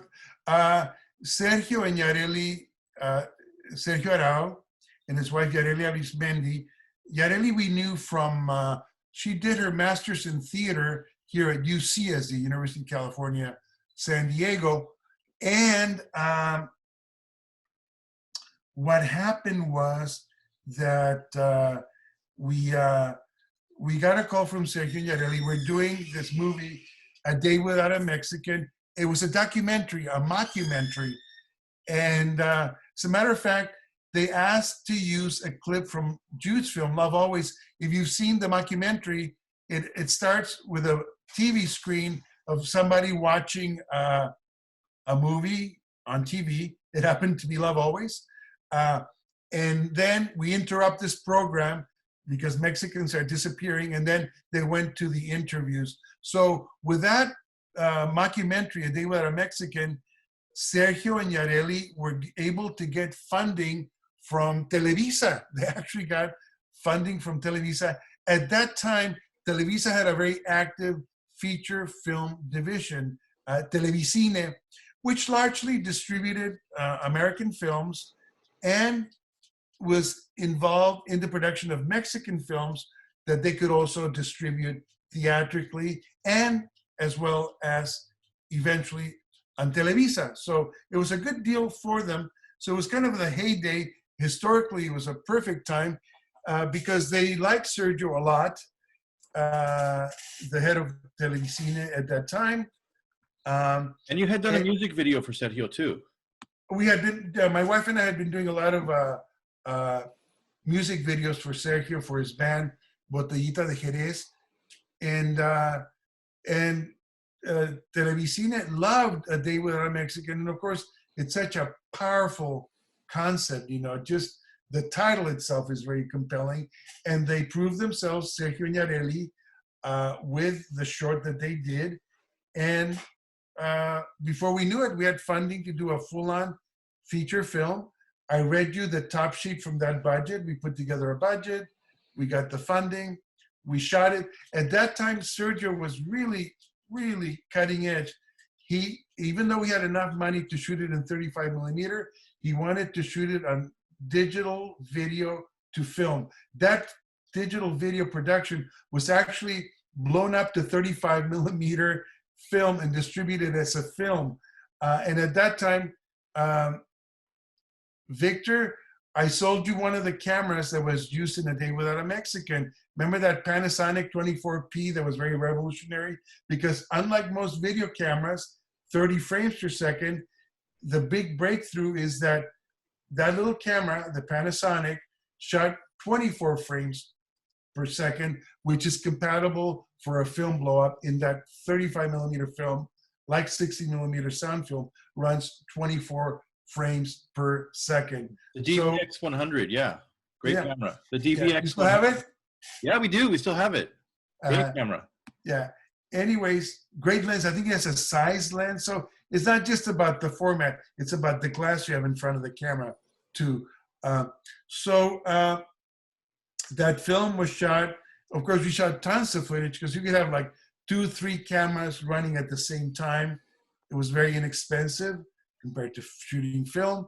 It was edited, post-produced, digitally. And again, this was structured as a co-production between Televicine and the company that Sergio and Yareli formed for A Day Without a Mexican. It was called Where is Jose? So that really was an incredible project. Again, a co-production between both countries, and we got crew and cast from both sides of the border. And it was kind of even though it was still considered a low budget film, it was very, very ambitious. We had over 60 speaking parts, all SAG members. So just the casting, the paperwork, the coordination of all these actors, it was all shot on practical, real locations, inside and outside. So again, we did a lot of locations. We used a lot of actors, a lot of extras. And also Sergio, being a visual artist, even though we were using practical locations, he would ask the art department to paint it a certain color scheme. And so it was consistent with the vision, the look that Sergio wanted. So it was quite an experience, all shot here in San Diego. Again, we made the case to Sergio, who had hired my wife and I before to produce his music videos, to shoot it in San Diego because we could save tons of money. For instance, if you finish, your day early in San Diego, let's say 2 or 3 o'clock, you could still go to another location and finish off the day at another location. But in LA, to move an entire film company with trucks and people to another location, you'd get caught in rush hour traffic. Forget it. And at that time, San Diego people, locations were very amenable to filmmaking. So they gave us incredible deals on the cost of locations. So that was a good thing. The folks from Televisa loved the fact that we were shooting in San Diego because they could just fly into the airport in Tijuana, come across the border. It was a little bit easier back then, and be on the set immediately. Lots of flights, Mexico City, Tijuana. So there you have it. Is there anything else that I might share with the group, Victor, that is relevant in terms of what we're talking about in terms of Day Without a Mexican? Well, I think, yeah, I mean, how it was received, how that led to other things, because like I said, transformatively, it was a cultural watershed moment. But I think as the way the deal was structured, if I recall, that they didn't make a lot of money back on the film, even though it was a huge box office hit. Like, what were the lessons there in terms of, as a producer, of how you structure your deal? Because we hear about, say, for example, Star Wars, a lot of the actors took points instead of a higher fee, and it paid off for them. But so what were some lessons in how the deal was structured for Day Without a Mexican? The deal structure, well, the deal structure is that Televisa, Televicine, since they were the funders and distributors, they own the film outright, okay? So there was a structure in where Sergio and Yareli got paid for their screenplay, and we were given money to produce the film. So we were given the freedom to hire whoever we wanted, well, whoever, I mean, artistically, of course, with the approval of Sergio and Yareli, who really were the creative producers. My wife and I were the for-hire producers, if you will. So we created a company in the US, actually. We registered as a company so we could operate with the funding as an American company. That was very important to the project because as an American company, it's just easier to go to SAG and all the your suppliers and everything because the money is in the US and, you know, it's American checks and you basically, and then all of our responsibilities, we basically freed Televisa from having to deal with EDD, you know, with having to deal with all the entities because we were basically the company in the US operating as an American company, which made Televisa very happy because again, they were freed from fiscal tax. They were not freed, but we were the ones that were making all those contracts as an American company on behalf of Televisa as an American company. But again, the exploitation, the financial exploitation, the distribution, that completely went to Televisa, Televicine. We had nothing to do with it, except, of course, they were very supportive and gave Sergio and Yareli a lot of participation in the promotion, publicity of the film itself. I remember they lucked out, man. When the billboard started coming out, there was a huge billboard entering the Hollywood Burbank Freeway, and it said, just had these words, on May something of something 2005, all Mexicans will disappear. Oh my God, that set off a firestorm. They thought that it was some kind of a white supremacist group that had taken out that billboard. And then, of course, when people found out, you know, a daywithoutmexican.com at the bottom, they put it together, there was a film. But when that happened, CNN was already interviewing Sergio and Yareli live. So that was a huge publicity promotional coup.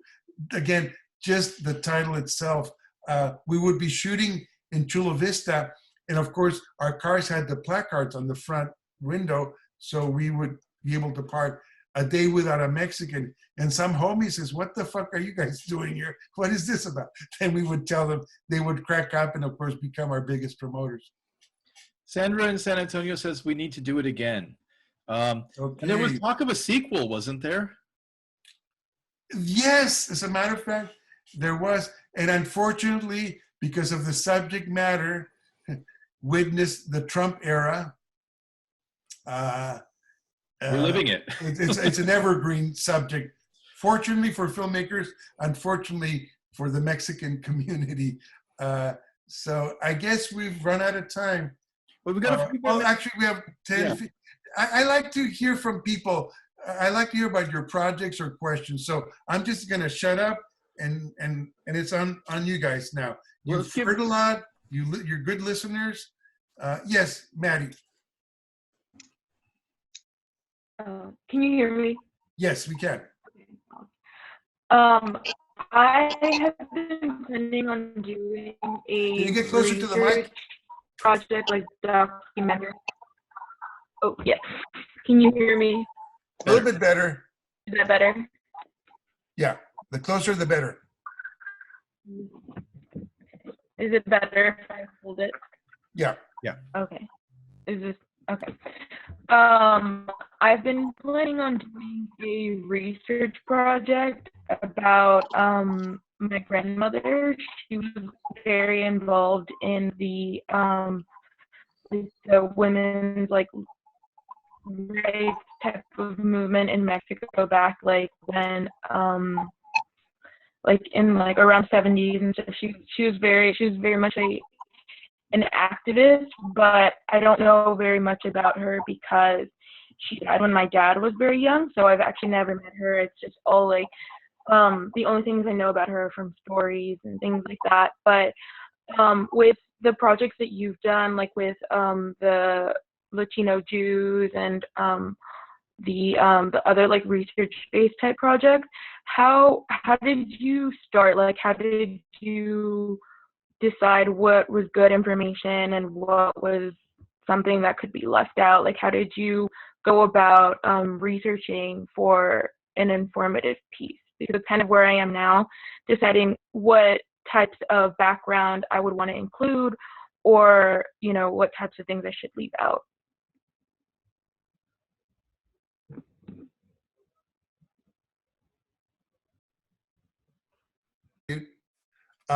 I had the advantage, Maddie, of interviewing people for my story that were part of the story that were still alive. So, but getting back to your grandmother, in what field was she an activist? I didn't hear you clearly. That'll give me some ideas for you how to proceed.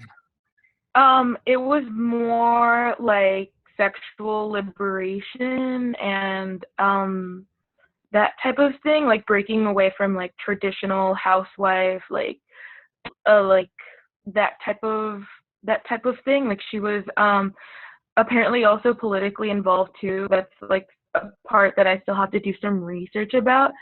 But yeah, I'm not really sure like where to gauge like how much like background knowledge I need, like in terms of what like the political climate was like in Mexico at the time, or like when did she pass away, more or like less? where the border.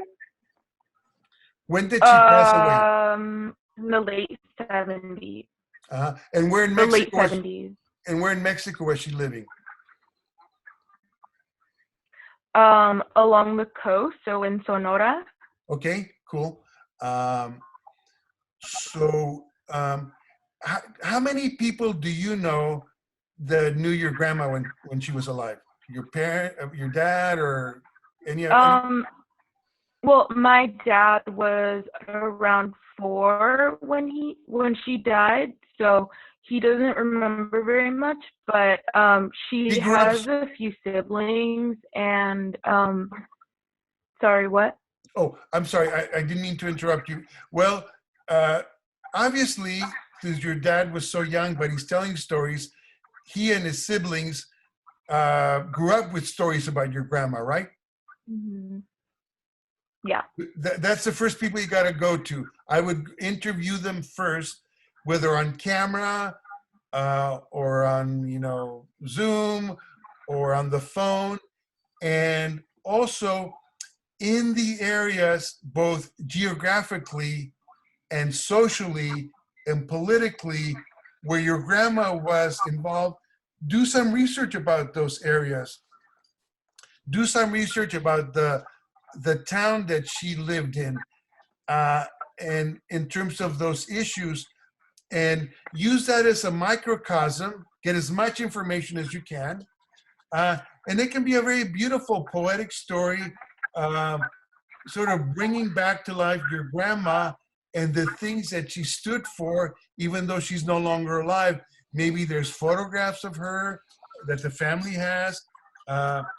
There's certainly photographs of the town that she lived in, old photographs that you can gather. And I see so that's the research.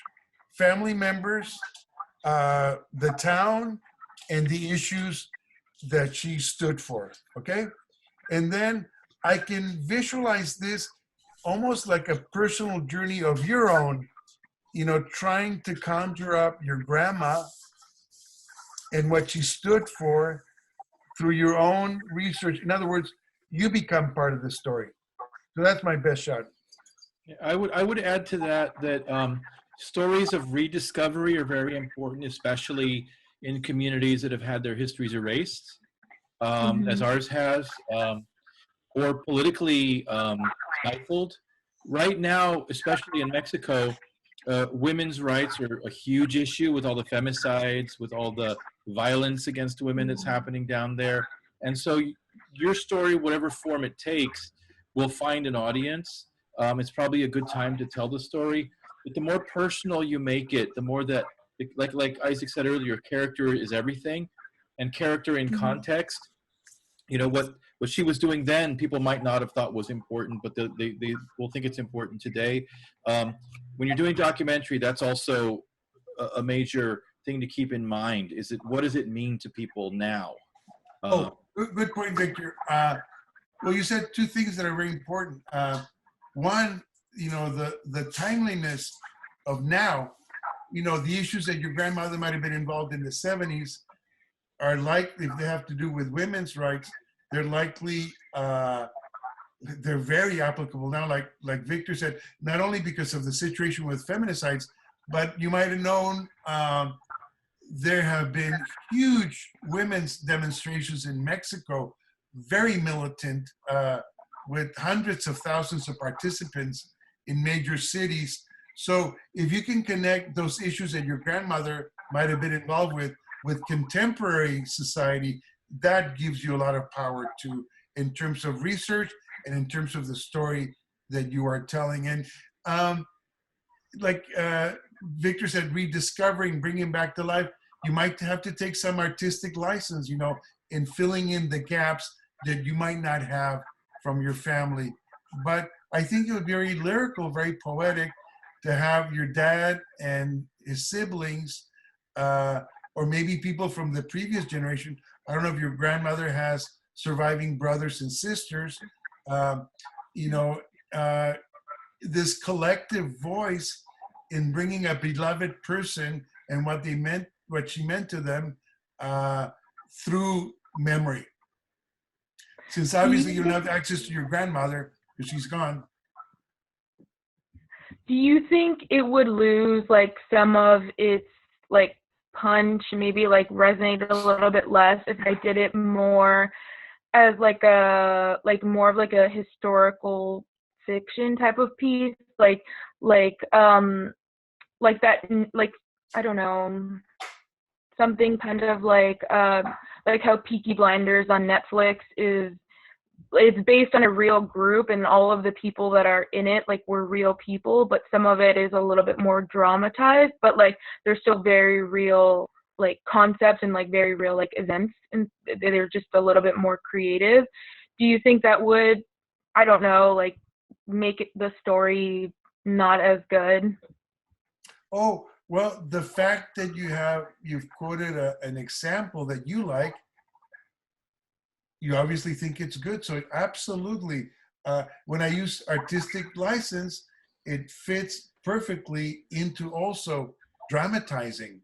Now, dramatizing the 1970s, you deal with certain challenges, but no reason why you cannot use drama and documentary as a mixed genre. Does that series that you talk about use both documentary and drama together? Well, no, it's all it's a scripted television show, but all of the characters in it are based on real people. So all of the conflicts that like arise are all based on challenges that they actually face. But like again, it's also like it's a time period piece, so everything is very connected to like the early like 1920s and like things like that. Okay, well, in that case, I was thinking of like with my piece, and if oh sorry, I interrupted you. No, go ahead. Oh, okay. I was thinking like with my piece, because recreating like an era can get a little bit expensive, especially with clothes from like the 70s. Right now, everybody wants to buy that type of stuff just to wear in their everyday life. Like the vintage clothing is super in, so it's like a little bit difficult to get like your hands on like pieces like that. But I was thinking of like doing more of like a 21st century type of spin on it, just to make it a little bit more doable. Would that be, do you think that would be, I don't know, something that would work? Absolutely. I think you have a lot of strategies here. We've talked about how to do research, and maybe you'll do a contemporary adaptation of your grandmother's story. And like Victor said, a lot of the things that she was going through in the 70s are now coming to a bubbling point in Mexico and all over the world, you know? So yeah, I would definitely take inspiration. I mean, you obviously will be able to connect with your grandmother because of family that remembers her, and she is your grandmother after all. And try to put it into a contemporary context. Absolutely. Or do a mixed genre, you know, maybe go back and forth, you know, do a little bit of documentary and then contemporary dramatization. I don't know, but I think it's a well worthwhile project. Obviously, from an adaptation standpoint, would be the first easiest thing would be the writing in terms of cost. Not easy in terms of artistic or research components, but you can take your grandmother's story and artistically write a screenplay, a short or whatever, that's based and inspired in that period and set in that period. Now, it would be more expensive to do. You can do it as a contemporary piece, which would be less expensive to do because you don't have to get wardrobe cars and haircuts from the period. You can do it contemporary. And the third least expensive would be a mixed genre, in that you can use your family today giving testimonials, photographs, and so on, and then do some recreations. So you have three strategies, and you have to think, you know, again, maybe don't worry so much about budget right now. Find out what you connect with most artistically, and then deal with budget later. Yeah, and I would add to that taking a nod from Isaac's career, it would be a good idea to start with the interviews with your family members who knew her, so you can get that story, the essence of the character, which will serve as its own basis for a documentary type project. But it'll also help you map out what the issues are, the conflicts, you know, regrets, lost opportunities. It will feed into a fictional piece. With a fiction piece, you have a lot more latitude.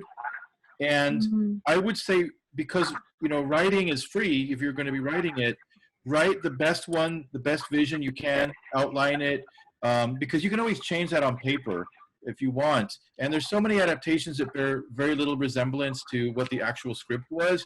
But what people really glom onto is the concept, the themes, like Isaac was saying, the humanity, the kernel, and they may just change it. So if you write it as a futuristic piece, which I think we're big fans of science fiction and speculative fiction and dystopian fictions, because our visions have been so absent from those genres, that's an important field right now. If you look at like science fiction, Philip K. Dick's Electric Dream, what is it, Dirty Computer by Janelle Monáe, There's a lot of, and Philip K. Dick's Electric Dreams is produced by Philip K. Dick's daughter. He's a famous science fiction writer, and his daughter produced that series and Man in the High Castle. And it's got her vision, you know, attached to his work based on her contemporary understanding. So again, the female visions are very important, especially where they've been absent. So I would say write the best script that you can, especially now as you're younger. You can always adapt it later, change it, but you know, and if we look at it like Star Wars again, the Star Wars that we see and all know and love has like zero resemblance to like George Lucas's original script. The characters are different. You know, it's a completely different movie. But if he hadn't written that first version to the best of his ability at that time, he couldn't have adapted it later after reading Joseph Campbell. Get it on paper. Don't censor yourself. And in this case, you have an opportunity to get something that's a documentary and a fictional piece. Now, we have a couple more minutes left. I know that Rob's working on a piece, so I wanted to know if you had any questions for Isaac, specifically related to your actual project. Yes, mine is when you're writing your proposal or writing your proposal for funding, do you mirror your log line to the story or to the theme, or both? Are you thinking about a documentary or It's a documentary, yes. It's the one that I mentioned earlier, but I don't know if you were able to hear me earlier when I was on the different one. Give us your elevator pitch. Okay, the log line is a middle-aged man travels through the Andes Mountains, hoping to find answers to his decades-long connection to Machu Picchu. That's the log line. Hoping to what? Hoping to find answers to his decades-long connection to Machu Picchu. And this is your personal story? Yes. Do you want to give some backstory about that? The backstory is I have, back in I believe it was 96, 97, the book, The Celestine Prophecies came out. I'm not too sure if you're familiar with that. They also made it into a really bad movie starring Hector Elizondo. But anyway, I had been reading this book, and there's a whole bunch of new age concepts that got out of that, but I really never did that. My main thing was, or my main take of that book was that there's no such things as coincidences. Everything happens for a reason. Now, I was really high on this book, right? It was really great. Well, after finished reading that book, I went up to Austin for a trip with my sister and my nephew. And on the way back, she decided to stop at Whole Foods to get something to eat. And I really didn't want to go in. So I said, okay, I'll just wait out here. On the way to, finding seating outside, a little picnic table was a friend of ours, a mutual friend of ours, Jorge Sandoval. And I started talking to him. Hey, it's like, he lives in San Antonio, right? And we're like, hey, this is a, coincidence that we met there. And I started telling him about this book and how it's, talking about, Machu Picchu, all these, different insights that the ancient Incas had and stuff. And right in the middle, he stops and he says, Rob, I just flew in from Machu Picchu this morning to Austin. And he was waiting for our friend Jesse Borrego to go pick him up to bring him back to San Antonio. And that was like the first major, connection that I had to it that started. And ever since then, there's always been some sort of connection to the people of Machu Picchu or Machu Picchu itself, that I really can't, whenever I talk about the project or whenever I talk to anybody about it, there's always something that connects it right back to it. We were, the latest one, we were, I had a meeting with James Borrego, Jesse's brother. He was going to be my DP for the short film Silencio that I just did. And we were talking about, this was, a few months back when we were talking about it. And I met with him and we started talking about my project. And I said, well, I had also asked her to DP this particular documentary. So we started talking, we're at a coffee shop here in San Antonio. And there's this lady sitting next to us, she's typing away in her, laptop and stuff.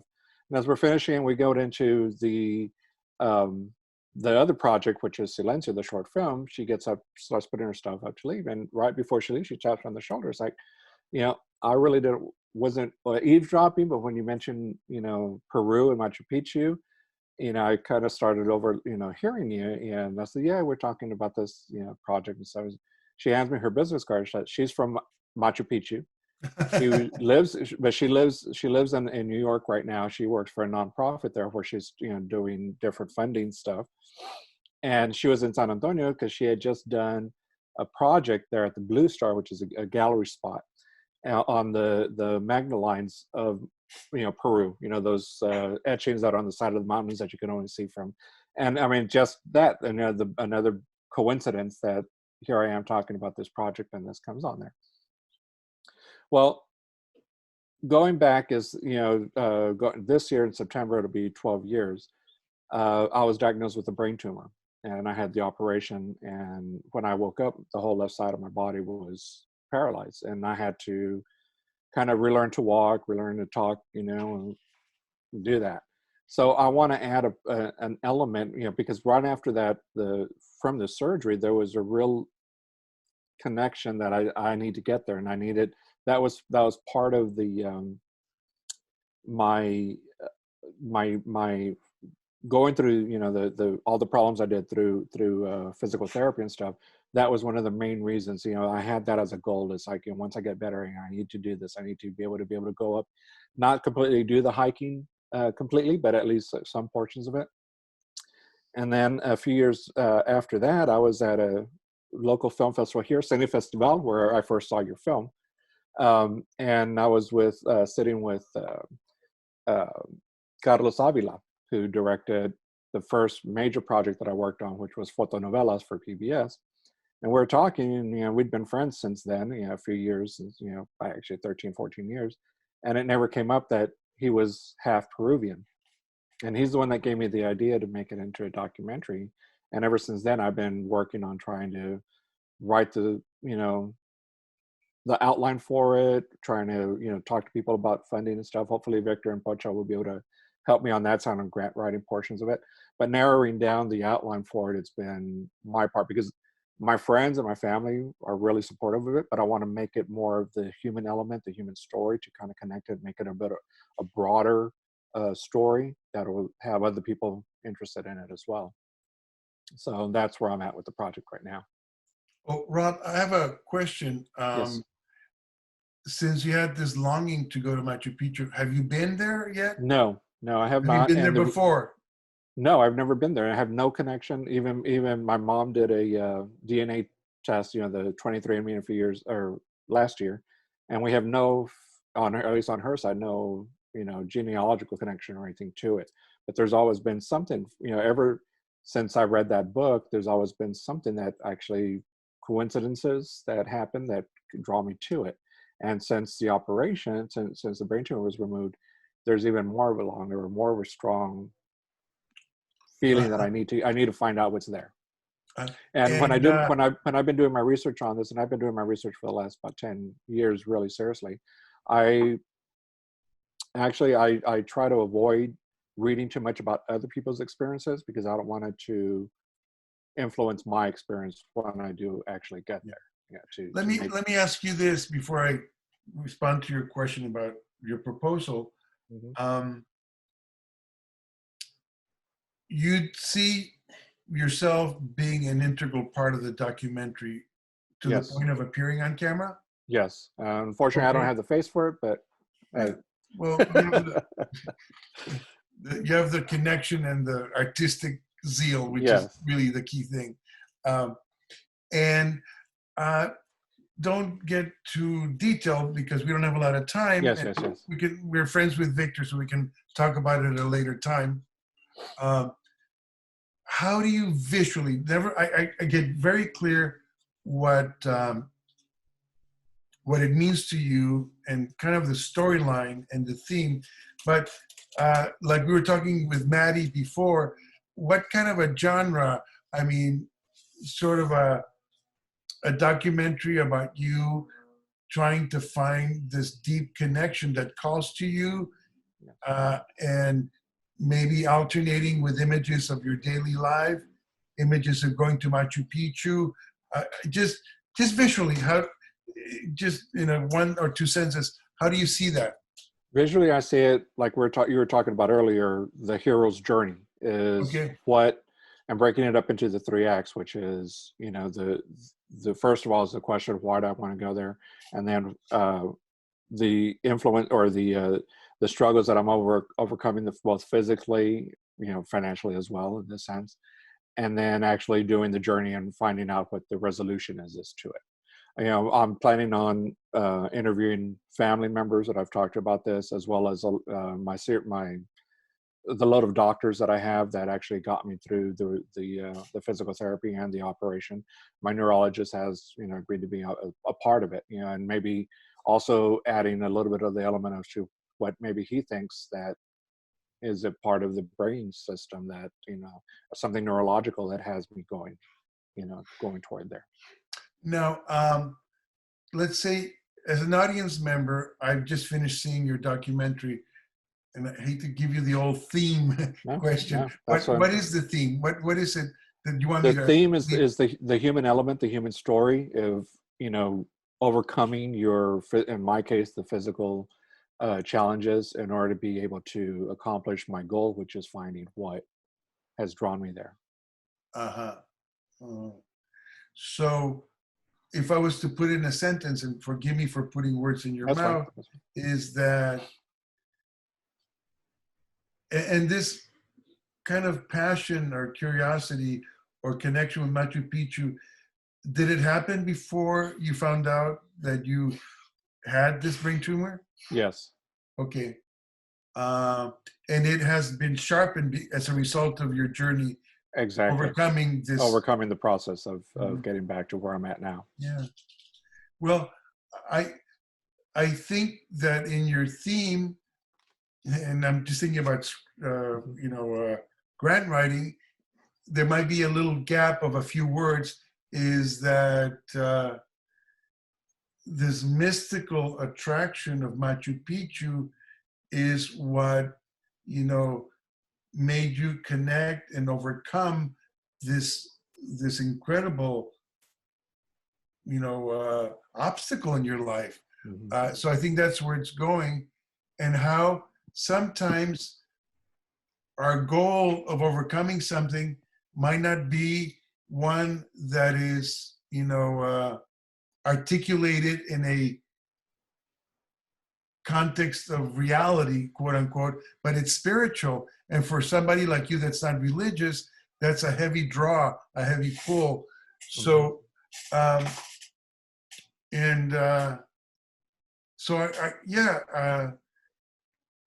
definitely, I don't think you have to start with your log line per se, but the theme should be very clear in the narrative portion of your grant proposal.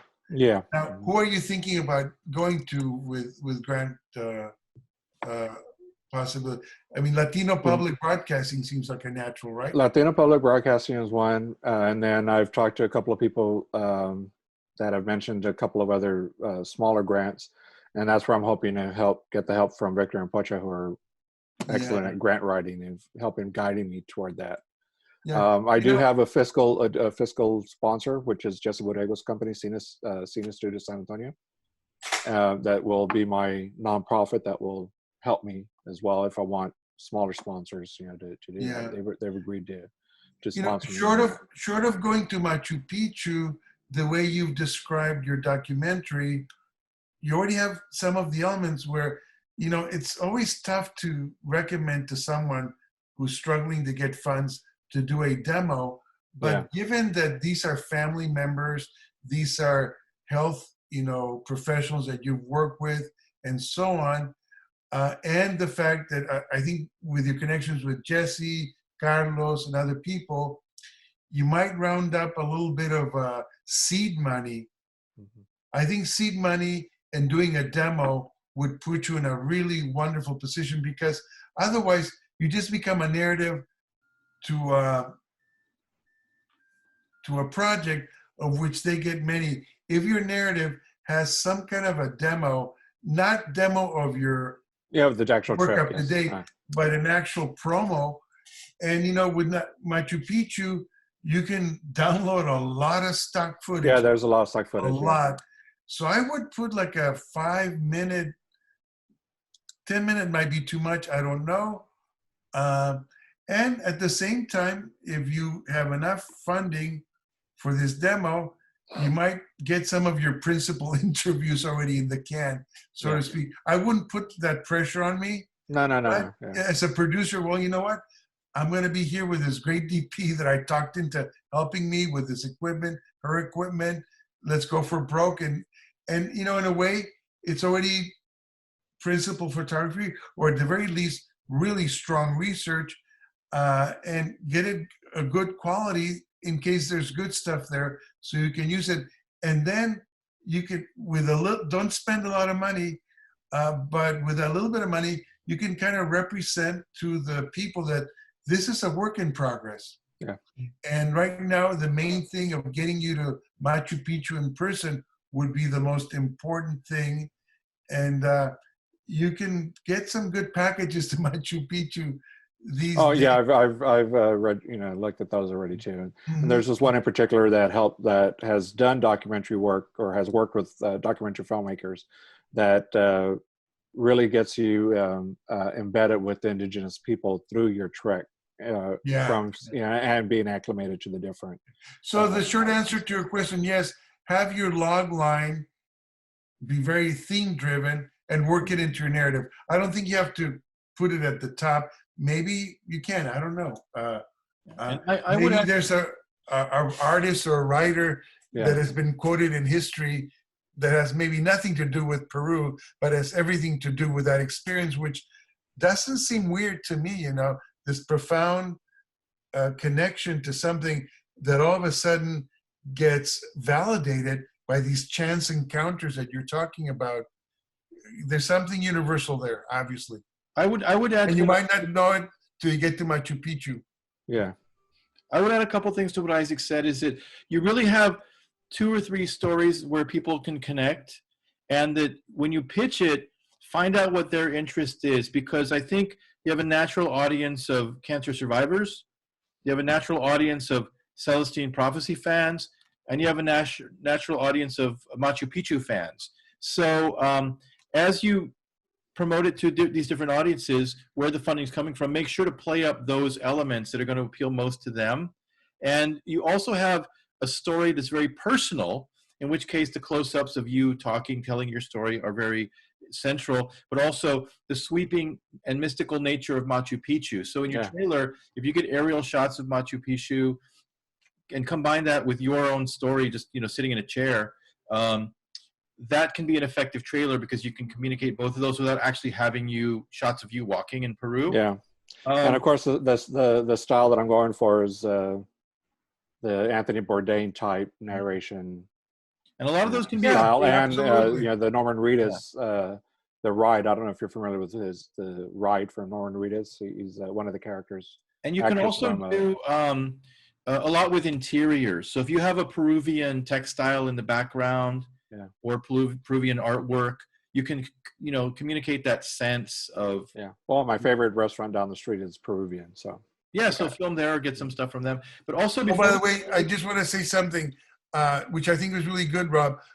You mentioned Anthony Bourdain. Like Maddie was saying that there's a series that she likes that might be suitable for, find sources of inspiration, tried and true formats that audiences connect with, that you connect with, that your project will connect with, and as a way of just artistically making it come to life from a genre or a style, if you know what I mean. Yeah. Awesome. Thank you. And if I could ask you one more question, Isaac, before we let you go, thank you for your time, is you mentioned connecting with people with money. So right now there's this is the fundamental question of the workshop. Everything's easy after that.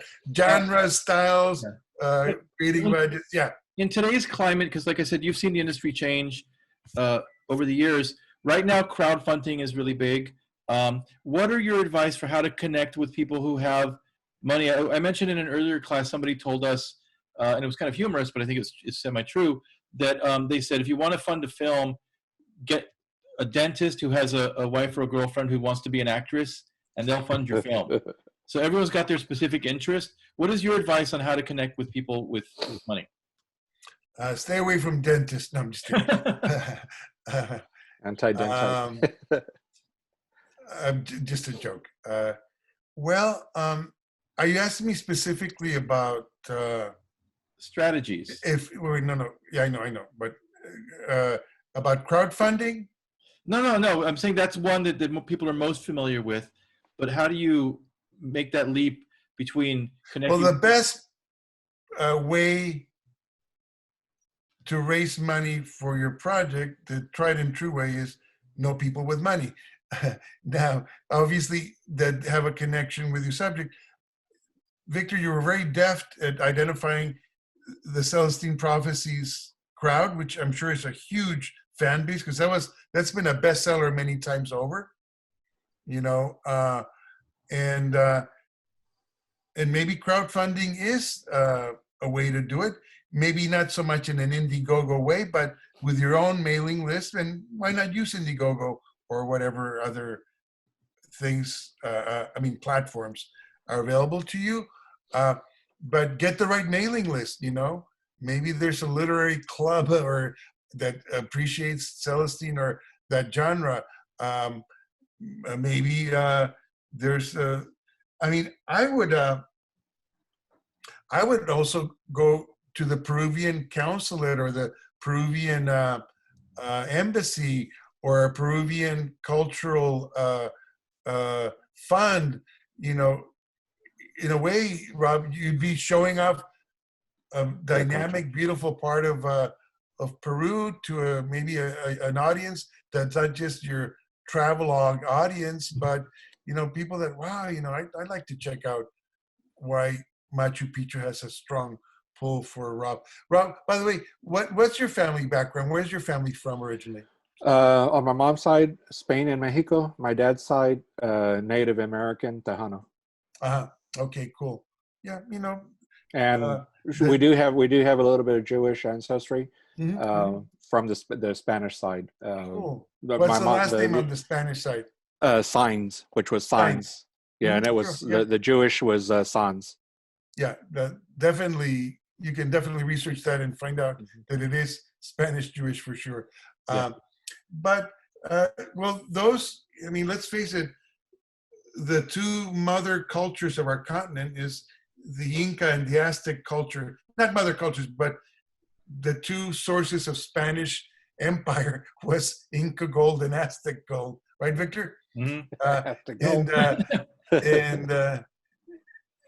avant-garde luchador series. But what we find is you already have sort of cultural, ethnic things that connect to this whole concept. Are you able to put together a good demo reel of your previous work? Yes. Great. Yeah. I think further discussion with Victor and your friends, and just something about a promo that wouldn't cost you a lot of money, really, because of the there's just such great. Fortunately, you're not talking about some obscure religious shrine that you would have a lot of trouble spending a lot of money to get to. It's already been shot from every angle, and every drone shot you can imagine. So, and you'd be borrowing from a promo. You don't have to pay money unless maybe you use them, and So, and it's the kind of project I would say, Victor, maybe you agree with me, that you don't have to have all the money up front to do. Yeah. In other words, if you have money, if you get money for that travel, that trip, that will basically bring this inner spirit urge that you have to fruition, do it, because what you get there will largely determine the success of your film and the success of your subsequent fundraising. And I will add to that, because I picked up on something that you had said earlier, Rob, that I think is an asset to you, is back to what we've been saying all along from the beginning. It's all about relationships. It's all about the personal connection, the long-term connection, and likability. In terms of what you're doing, this is a good time to talk about kind of in-person fundraising, like when you host a meal or a potential investors meeting, like where you show them your reel or whatever. You get them all together, you assemble them in one place. Your Peruvian restaurant is going to be an ally to you, because if you bring investors to a Peruvian restaurant where they're eating Peruvian food and you're talking about Peru, that adds another dimension of realism and likability. People that like Peruvian culture and Peruvian food, yeah, absolutely. And they're going to remember the food and identify you with this wonderful meal that they had and this experience. So make the pitch as much of a totality of experience as possible using the resources you have. And since this Peruvian restaurant is already getting your money, and you're a long-term customer, they can, they'll probably cut you a deal, in terms of by the way, is there a Peruvian consulate in the West Coast?